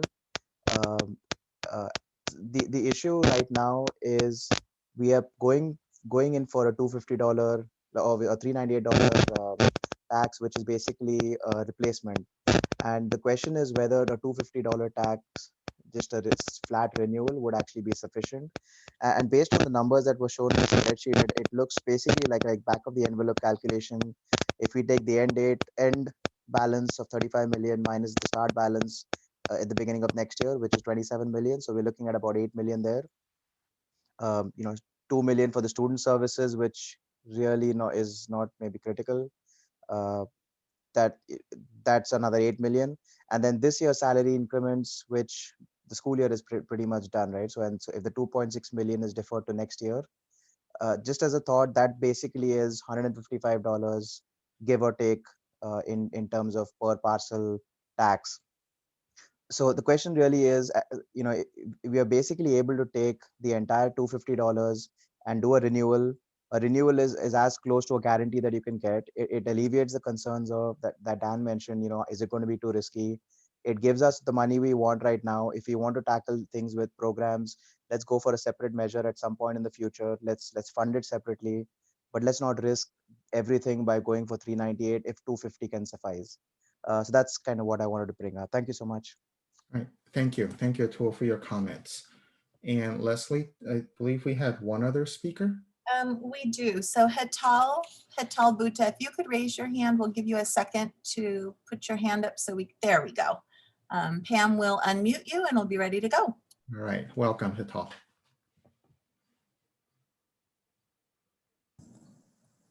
Hello, you can hear me? Yes. All right. Thank you for the opportunity to speak. I think we've had a few speakers today, and I think most of them have already, stated the significance of understanding that if we are, as a parent community, committing to an 8-year parcel tax, we would like to make sure that we would not have school closures for 8 years for sure. And I understand that, the 8 years is a long period of time. There could be unknowns that could happen that could throw us off the track. But I think from a budgeting and a spending perspective, it would be imperative for the board to ensure, or the district staff to ensure, that we keep our spending in check for the next 4 or 5 years, especially because when we are asking for this extra 148 to support various school programs that we would like to get in place. then we want to make sure we are not spending so much on these additional programs in the first 4 years, 5 years to come back to the same place where we don't have enough reserves for years 7 and 8. And we are talking of these board levers or school closures again, right? As a parent, if you ask me, would I like to have a few more counselors or would we like to have a language specialist? Yes, that would be definitely good, but that would be good if I know I'm not going to risk school closures in the next few years again. But if I am going to be in that position, then I would rather not have that. We are doing pretty decent right now without those. And I would like to rather have that assurance that we won't have school closures. Now, I know these budgets and numbers have undergone significant changes in the last 2 months. And so if the district needs a little time to absorb them and be able to say this with firm commitment that we won't have school closures, that is understandable. I also understand that you may need to put some caveats just to safeguard yourself, right? But if those caveats are general in the sense that unless something drastically goes wrong, then just knowing our current projection of enrollment, knowing our current projection of expenses and where we want to go, if there are certain reasonable caveats that are put in, I think parent community understands. Like nobody knows, we don't have a crystal ball of what's going to happen. But unless something drastic happens that nobody would have thought of, if we just say our spending didn't work out as we had thought and we are back to the same place, I think that would be a shame, right? So please take a look at these numbers and let's get to a place where the parents can feel comfortable to back up this parcel tax. That's my main point here today. Thank you very much. All right, thank you, Hatal, for your comments.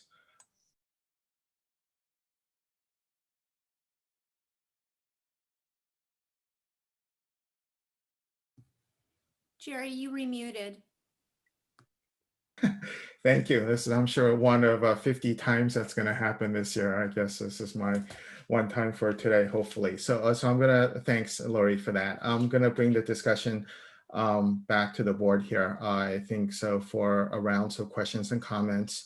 Maybe we could go around first just to see where everybody is. And then I think there were a couple of questions that were brought up, Stacy, about policies on schools, and Dan asking about this sort of threshold. Maybe there's some of the items we could comment on. So Satish, I'd like to ask you to go first following the order, if that's all right. Okay. So first of all, I think thank you very much. And I'm so happy that, last 2-3 months of an effort is slowly converging. And especially last 2 meetings were pretty smooth. And I think we are getting together on this, and I'm happy. And we are getting good public support as well. And as much as possible, we were able to convince or communicate to them as well. I think that's great. And all of you did a great job on that from staff and the board perspective. Okay, thank you. The second part of it is, again, I think the focus is coming. I'm not going to make any, I think all the questions, most of them were answered. I think pretty much only my comments, few comments here. One is like, again, the focus is shifting to the parcel tax. And I think we have to make sure that, how to make this parcel tax pass, right? That's very important. So maybe like few points on that is, I think the right wordings, like what is needed, right? And amount of commitment also. And I think Dan and team are doing a great job on on this website and stuff like that, and it's and a clear, it shows that we can count on people, right? That's great. Then I think the wordings are very important, and what kind of commitment, what you are giving in that wordings, that's also very critical. And I think I spoke in my previous comments, I mentioned about some are a little bit more precise or assertive numbers or something like that, rather than an open-ended stuff. That's very important. Some strategies, again, like I'm sure, like I hope during the course of these things we will discuss more and more, and definitely that would help us to make sure that we are going in the right track, right? So I think pretty much that's it. I have again, I was insisting a lot again on this right wordings, right wordings. I think that's what, and reaching out to as many people as possible. Okay, thank you. That's all I have. Thank you, Satish. And then Phyllis, please. Yes, regarding the wording for the parcel tax or the promises, I'm hearing community members saying that they want us to keep the schools open for 8 years to make that promise. And everyone's heard me say before that I have issues with really small schools for a lot of reasons, having nothing to do with budget. And I've shared those reasons before and would be happy to share them again if anybody wants to email me. So, so I guess I have mixed feelings about that. If we believe that the only way we can pass the parcel tax is to say that we will keep very small schools open for 8 years, I don't know. I don't know where I'd be on that, but that's a big outstanding question for me that I'm going to have to do a lot of thinking about. The second thing is regarding Dan's presentation. And Dan, I have a lot of respect for all the work you've done, but I'm going to push back a little bit because I don't really want to set a threshold right now.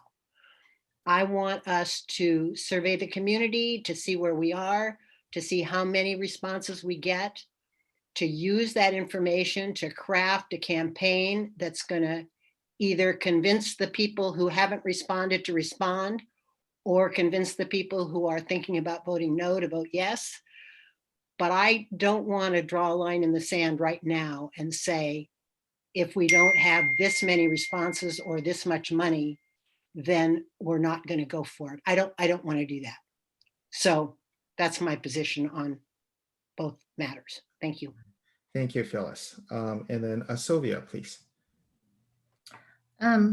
So going to Dan's, the kind of thresholds he's talking about, I guess my comment regarding the fundraising, I would like to make that more visible. So I think that that's something that our parents, our community has been asking about. They want to be able to donate. They want to be able to do something proactive.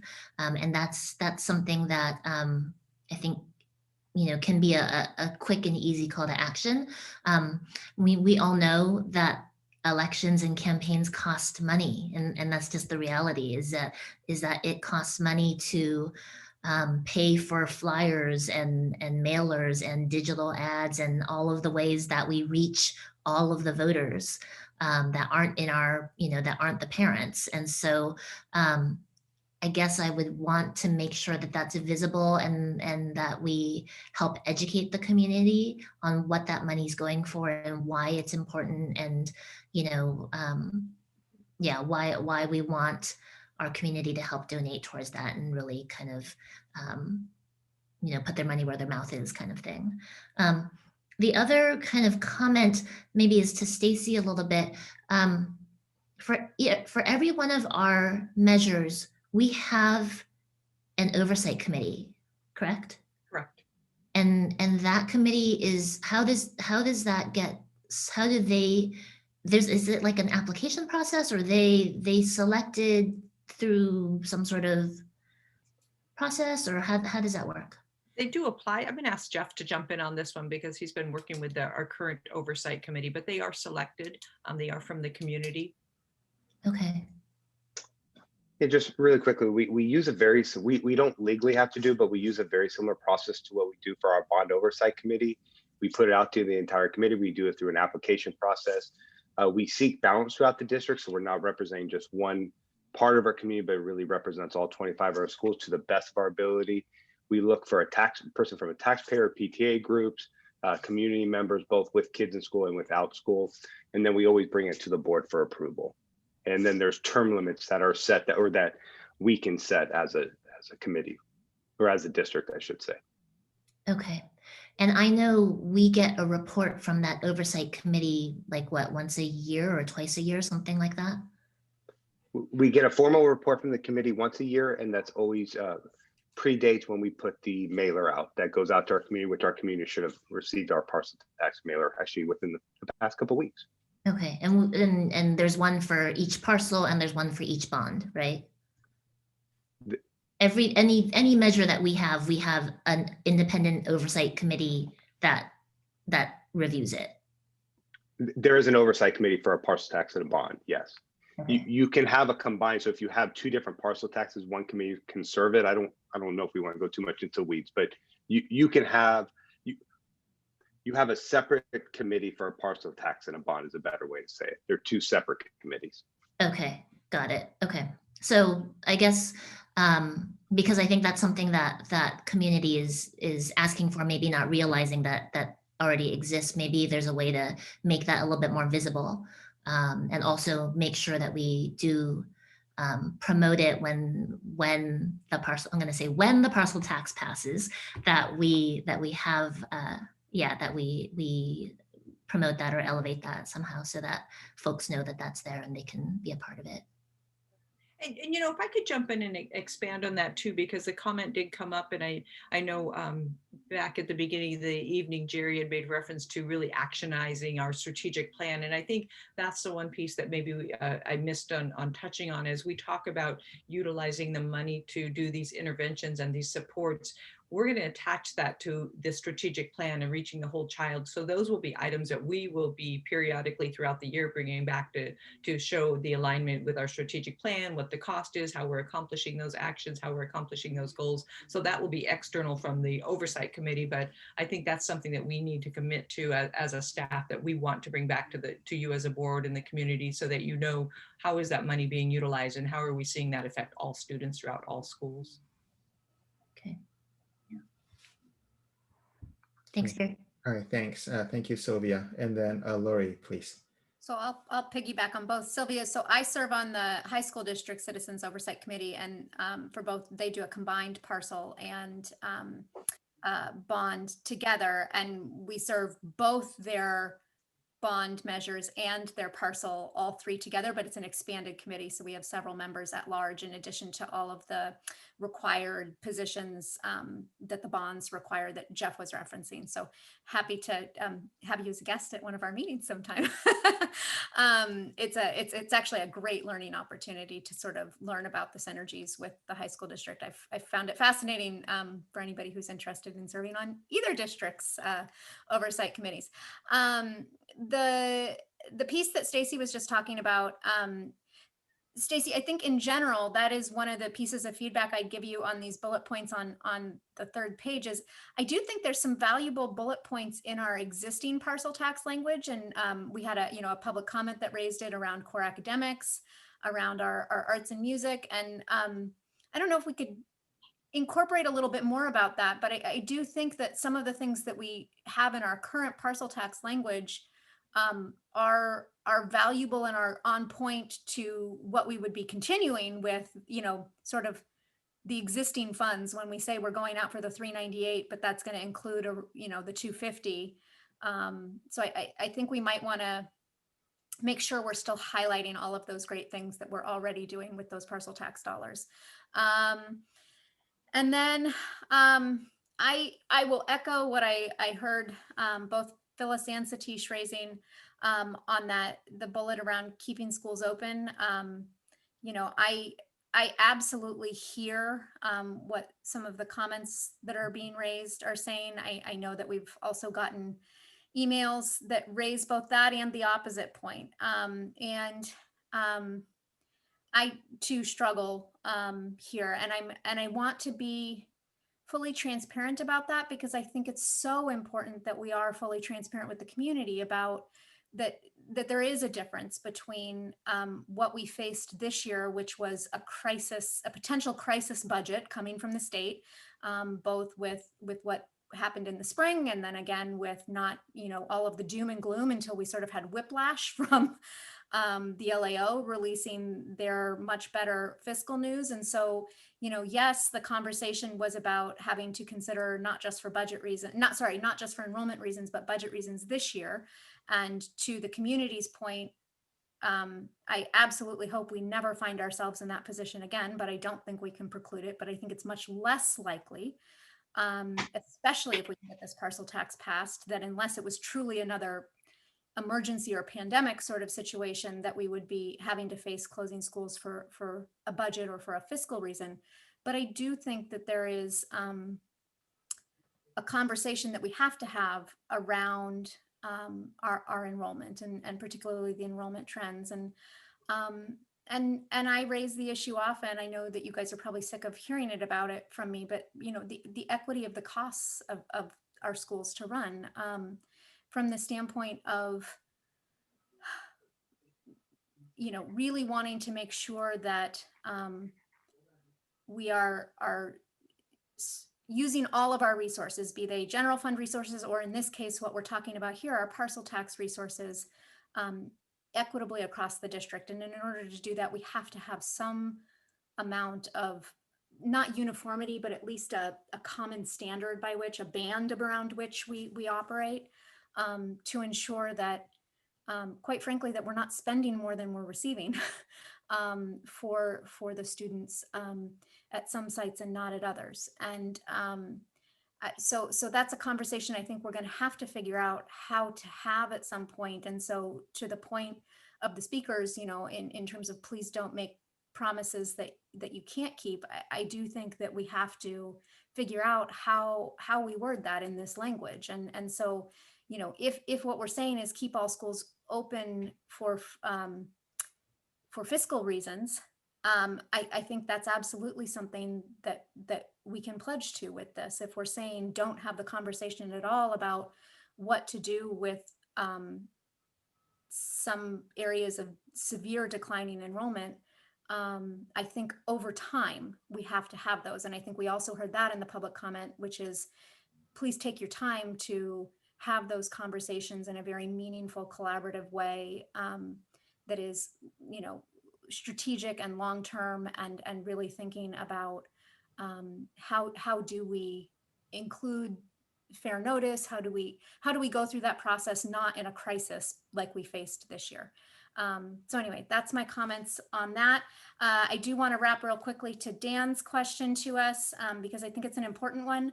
I'm not sure here what to do or what that threshold is right now. I don't feel like I know enough about what kind of attention we're going to be able to drive to a website. And so therefore, I think that's a super important test for us as a parcel tax committee, or I should say as an independent citizens committee, to be able to figure out what kind of driver it can be for us. And I think it's a super important test for us as a board to pay attention to, because to the point of just how expensive it is to put a special election on the ballot, I think that matters. I don't think we can afford to not put a special election on the ballot from the standpoint of we already know what happens when we tried to put it on a general election ballot. It didn't turn out in our favor. So therefore, if we're going to go to the special election, then we want to make sure it's worth it. I just don't know that I know yet or have enough information about what the exact numbers are. So I don't feel like I'm in a place to set those thresholds. And to Phyllis's point, I feel like we need some more time there, but I absolutely support that going live and starting to suss out what we can learn from it, and also test some of the communication channels that we have to see how much traffic they can drive to something like this, because if they can't drive traffic to this, then we're really in trouble. So I think we need to see high numbers for sure. I'm just not sure what those high numbers are yet. So that's where I'm at on that.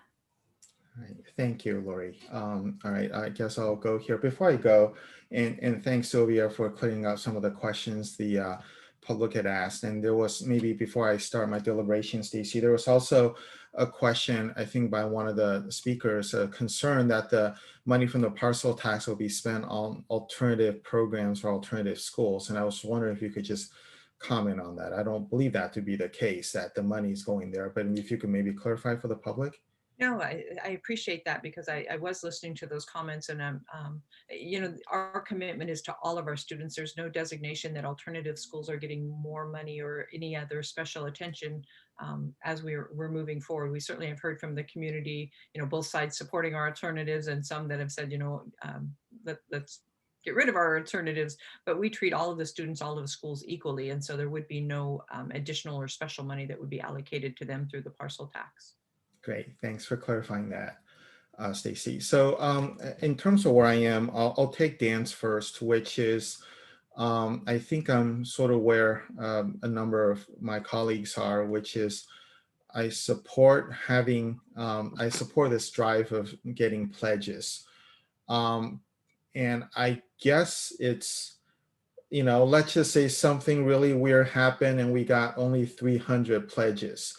Then I actually would have serious questions as to whether or not this is the right path, right? So if I were to take extreme positions, yeah, if I would really want to think about it, if after all this and only 300 people signed up. On the other hand, I know Dan threw out 9,000, and I don't want to commit ourselves to not going ahead with a parcel tax if it's 8,995 or something, right? And I think this is some of the points that I think Lori put so eloquently, is that we need to do that. I guess I would reserve the right myself, just a thought, to not going ahead with it if somehow only a very small number, some small number, which I don't even have in my head right now, signed up, because I think we do need to look at this if after all this somehow didn't get traction. But I'm very uncomfortable setting any sort of limit at this point, just because I don't know what that should be. I think Dan mentioned 9,000 was roughly half of something, and I suppose that's one way to do it. But I guess, like what Lori said, and many others, I don't think I know enough to set that number or even know what that should be. So I think I concur with my colleagues if I interpreted their comments correctly. In terms of the school closure, so I don't believe we should be closing schools for finance reasons, right? And I think I've, again, heard this from a number of my colleagues. And I also feel like from a marketing standpoint, saying no school closure is a lot simpler than no school closure unless A, B, C, and D. It just, this is, and so what's that saying? For the want of a nail, the kingdom is lost, or something like that. So from that standpoint, I'm comfortable with some kind of language, but I do agree with, against a number of my colleagues, is that this is an issue we need to work on. And that we shouldn't just say, okay, we made a pledge, we're done for 8 years, and let's go on our merry way. I think just from the ability to deliver quality education to the students, I don't think it's fair for some students to be in schools that are so small that there lacks the resources, the teacher collaborations and all that. And so again, I don't have the wording either. I guess what I'd like for us to do, perhaps as a board, is to think about committing to taking to actually working on this with specific dates and specific deliverables. And I think one of the speakers said, if we're gonna actually take action on this, give the community a little bit more time, right? But I really feel like, I know that Stacy, you had talked about some sort of an enrollment zone, or I think that was an idea to balance enrollment around some of these schools. There's been discussions on locating programs and such, but really seriously taking a look at, not just taking a look, but coming up with a plan and executing on a plan to address an enrollment issue. I sort of, a year ago when we started this process, and we, Craig said we had an enrollment thing, we had a budget thing. I really thought the enrollment thing would be easier to solve than the budget. I'm a little surprised, but happily surprised that we have a path to solving the budget. But I think we need to finish the work we started. It's not finished just because a parcel tax is passed. So Stacy, this isn't very helpful, because I think I think we're all sort of saying the same thing, which is we want to be true to the community desire, and there is value for having, I think the schools go far beyond just housing students, right? It's really the community is built around that. But I think we really need to, we can't just ignore this. And even after if we make the pledge or whatever kind of promise we make, we really need to work on this year and have a plan. So that's sort of where I am on that. So any other comments now that we've gone around? Let's see, we can make sure, go back. Satish, did you have anything? No. No. Okay, I see Phyllis is, I think that's, please go ahead, Phyllis. Yeah, I just have one more comment, and I think it's supporting what you said, Jerry. I said I don't want to set a threshold now. I didn't mean I never want to set a threshold, but I think, to your point, we need time to see what this, and I think this whatever you call it, survey or website that we're asking people to go to and indicate support, I think it's a great idea. I think we need to watch it. I think we need to have this conversation over and over again to decide somewhere down the line if there is a threshold and what that might be. So I think there might be a time when we might say, hey, it's not worth $1 million to do that. But what I was saying is I don't want to do that now. Right. Okay. That makes sense. I think I will concur with that because I'll just stop there and see if anybody else has anything want to add to the discussion here.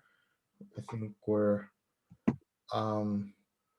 Lori, did you, sorry, you came back. Okay. Sorry, my kid came in.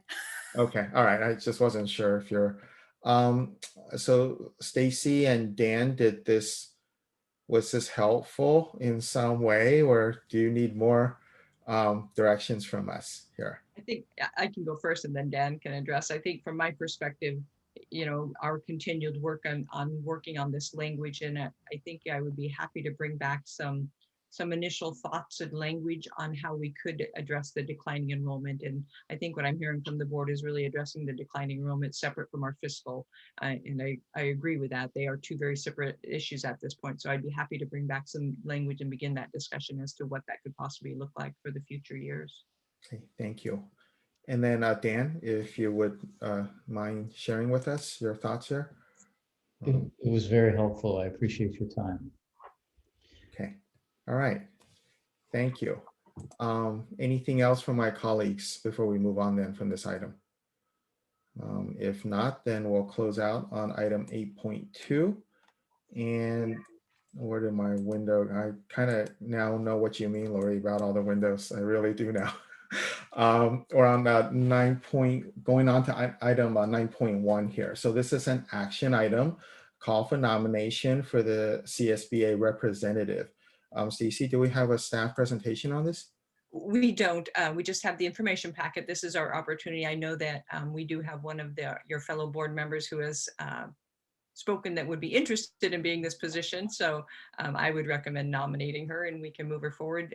The outline of it, we would need to have the nomination in by January 7th, and then the election is actually in March. So it would be great to have one of our board members be a representative on CSBA. Excellent. So since this is an action item, then I think let's, so what we'll do is I'd like to get a motion in a second, and then we can have discussions and then see if there are any public comments before. So I just have a question. This is a delegate assembly nomination, right? I believe so. Is that right, Stacy? Yes, it is. I nominate, I move that we nominate Lori for delegate assembly. All right, thank you for the motion. Do I have a second? I can second. All right, excellent. Thank you, Satish.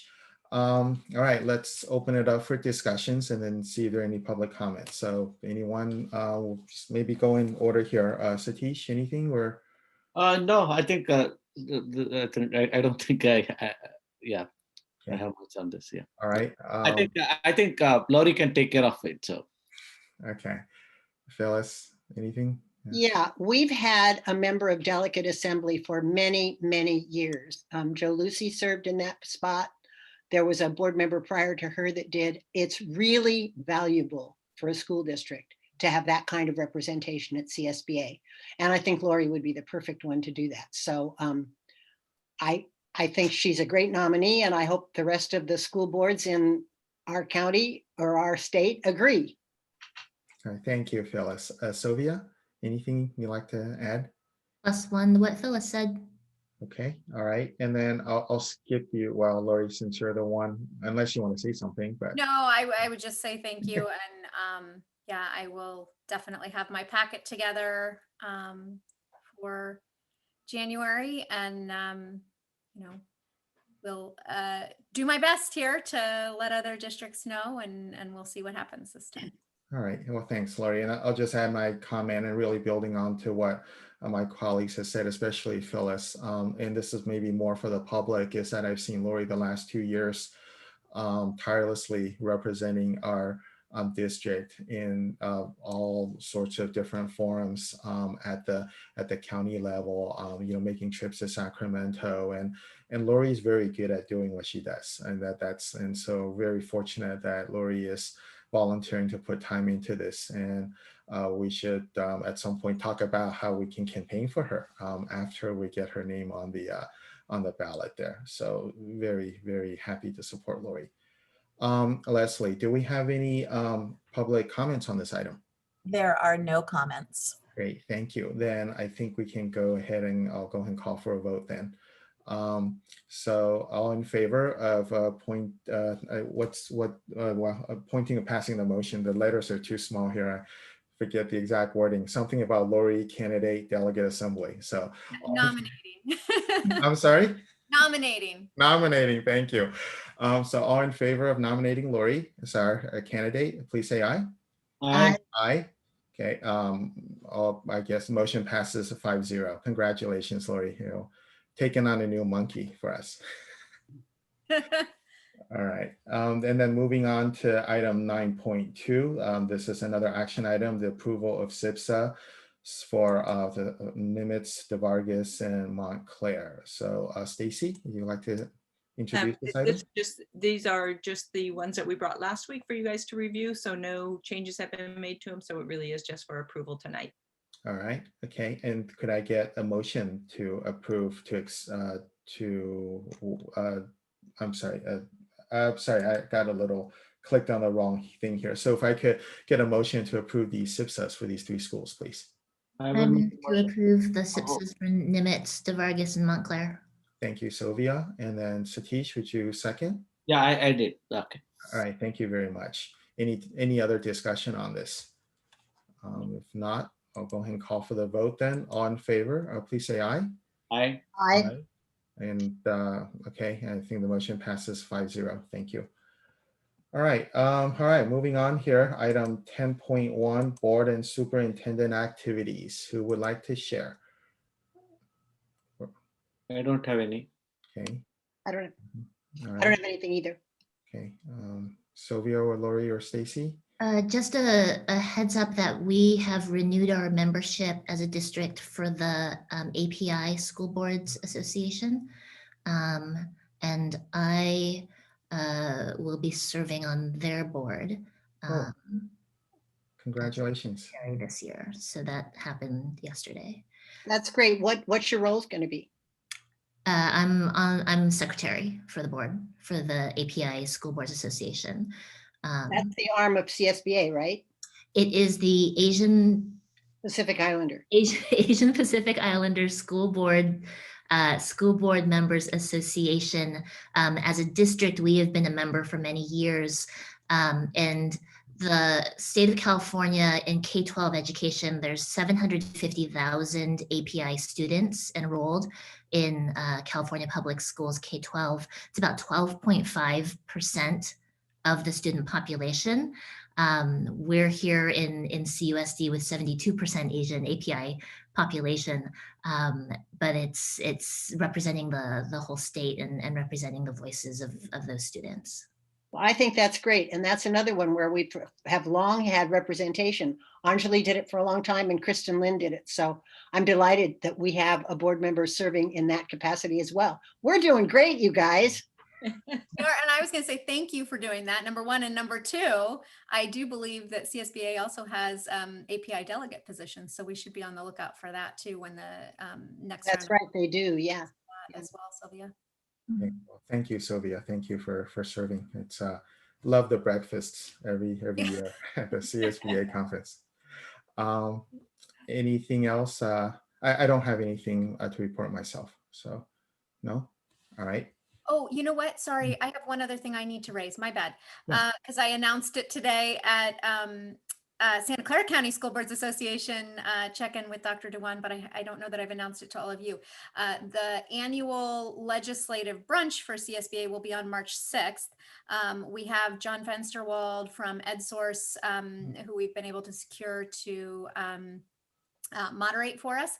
And I also have been able to confirm Dr. Linda Darling Hammond, the president of the State Board of Education, to be our keynote. So I hope that you will all put the 6th on your calendars for our Santa Clara County annual lunch brunch. Well, yeah, definitely. Thank you. Wow, that's great having landed such a esteemed speaker. Please, Sylvia. Lori and I met couple days ago with State Senator Josh Becker's staff to give them a briefing on our district, on our funding issues, on how they can help support us legislatively at Sacramento. And then we've got another meeting scheduled in January with the newest state assembly member, Alex Lee. So that'll be coming up in a few Oh, weeks. this is great. Wow, we're doing great on day one here. Or I guess not day one, last day of the year here. Wonderful, thank you. I've got an email out to the new state senator, Dave Cortese, as well. So we will try and, between Stacy, Sylvia, and I, try and scoop up all three of our newly elected legislative reps to make sure we bring them up to speed on the needs specific to CUSD, because it's more than most of our local districts. Wonderful, thank you. Thanks for that. All right, then I think moving on to item 11.1, agenda setting. Anything folks would like to suggest for addition to future agenda? I have nothing. Okay, I don't look like we have anything then, so great. And then moving on then, we have a closed session at the tail end of the open session today. So item 12.1, public comments on the closed session. Leslie, do we have any comments on this? Let me double check one more time. There are no comments. All right. Okay. Thank you. Then at this time, then we're going to adjourn to closed session. And then I think when we come back is when we adjourn. We'll report out, of course, but then we'll adjourn the meeting after that. So are we heading over to Google Meet? I believe so. Yes. Okay. So, all right. And so thank you everyone for coming tonight, and we're off to closed session. So thanks. All right. Okay. See you. So we're waiting for the rest of the board to join us here. Give us a minute. Thank you.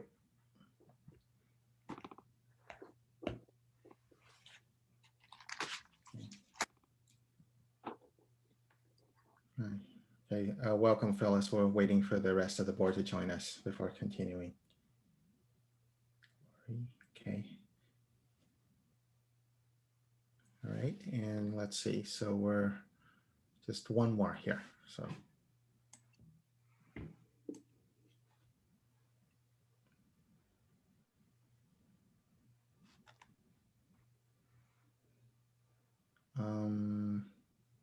Did we lose Lori?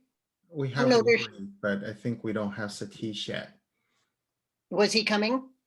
He said he wasn't coming. Oh, he wasn't? Okay. All right, then. All right. Well, hi, everyone. So we're back. We're reconvening to open session. So we have nothing to report out from the closed session discussions. And so with that, then, are there any comments before adjournment from Lori, please? I would just like to wish everybody a happy holiday and a safe break. I hope that everyone has some time to relax and make connections in this strange world that we're in right now, in whatever way is meaningful to you, and be safe and happy and healthy, and wish everybody a happy new year. That's it for me. Thank you, Lori. I plus one that. Me too, plus one. Happy holidays, everybody. Right, and plus one to both of those comments and all the comments. So happy holidays. And with this, I'll call the meeting, I'll turn the meeting at 9:08 p.m. Thanks. Thank you, everyone. See you next year. Good night, all. Good night, everyone.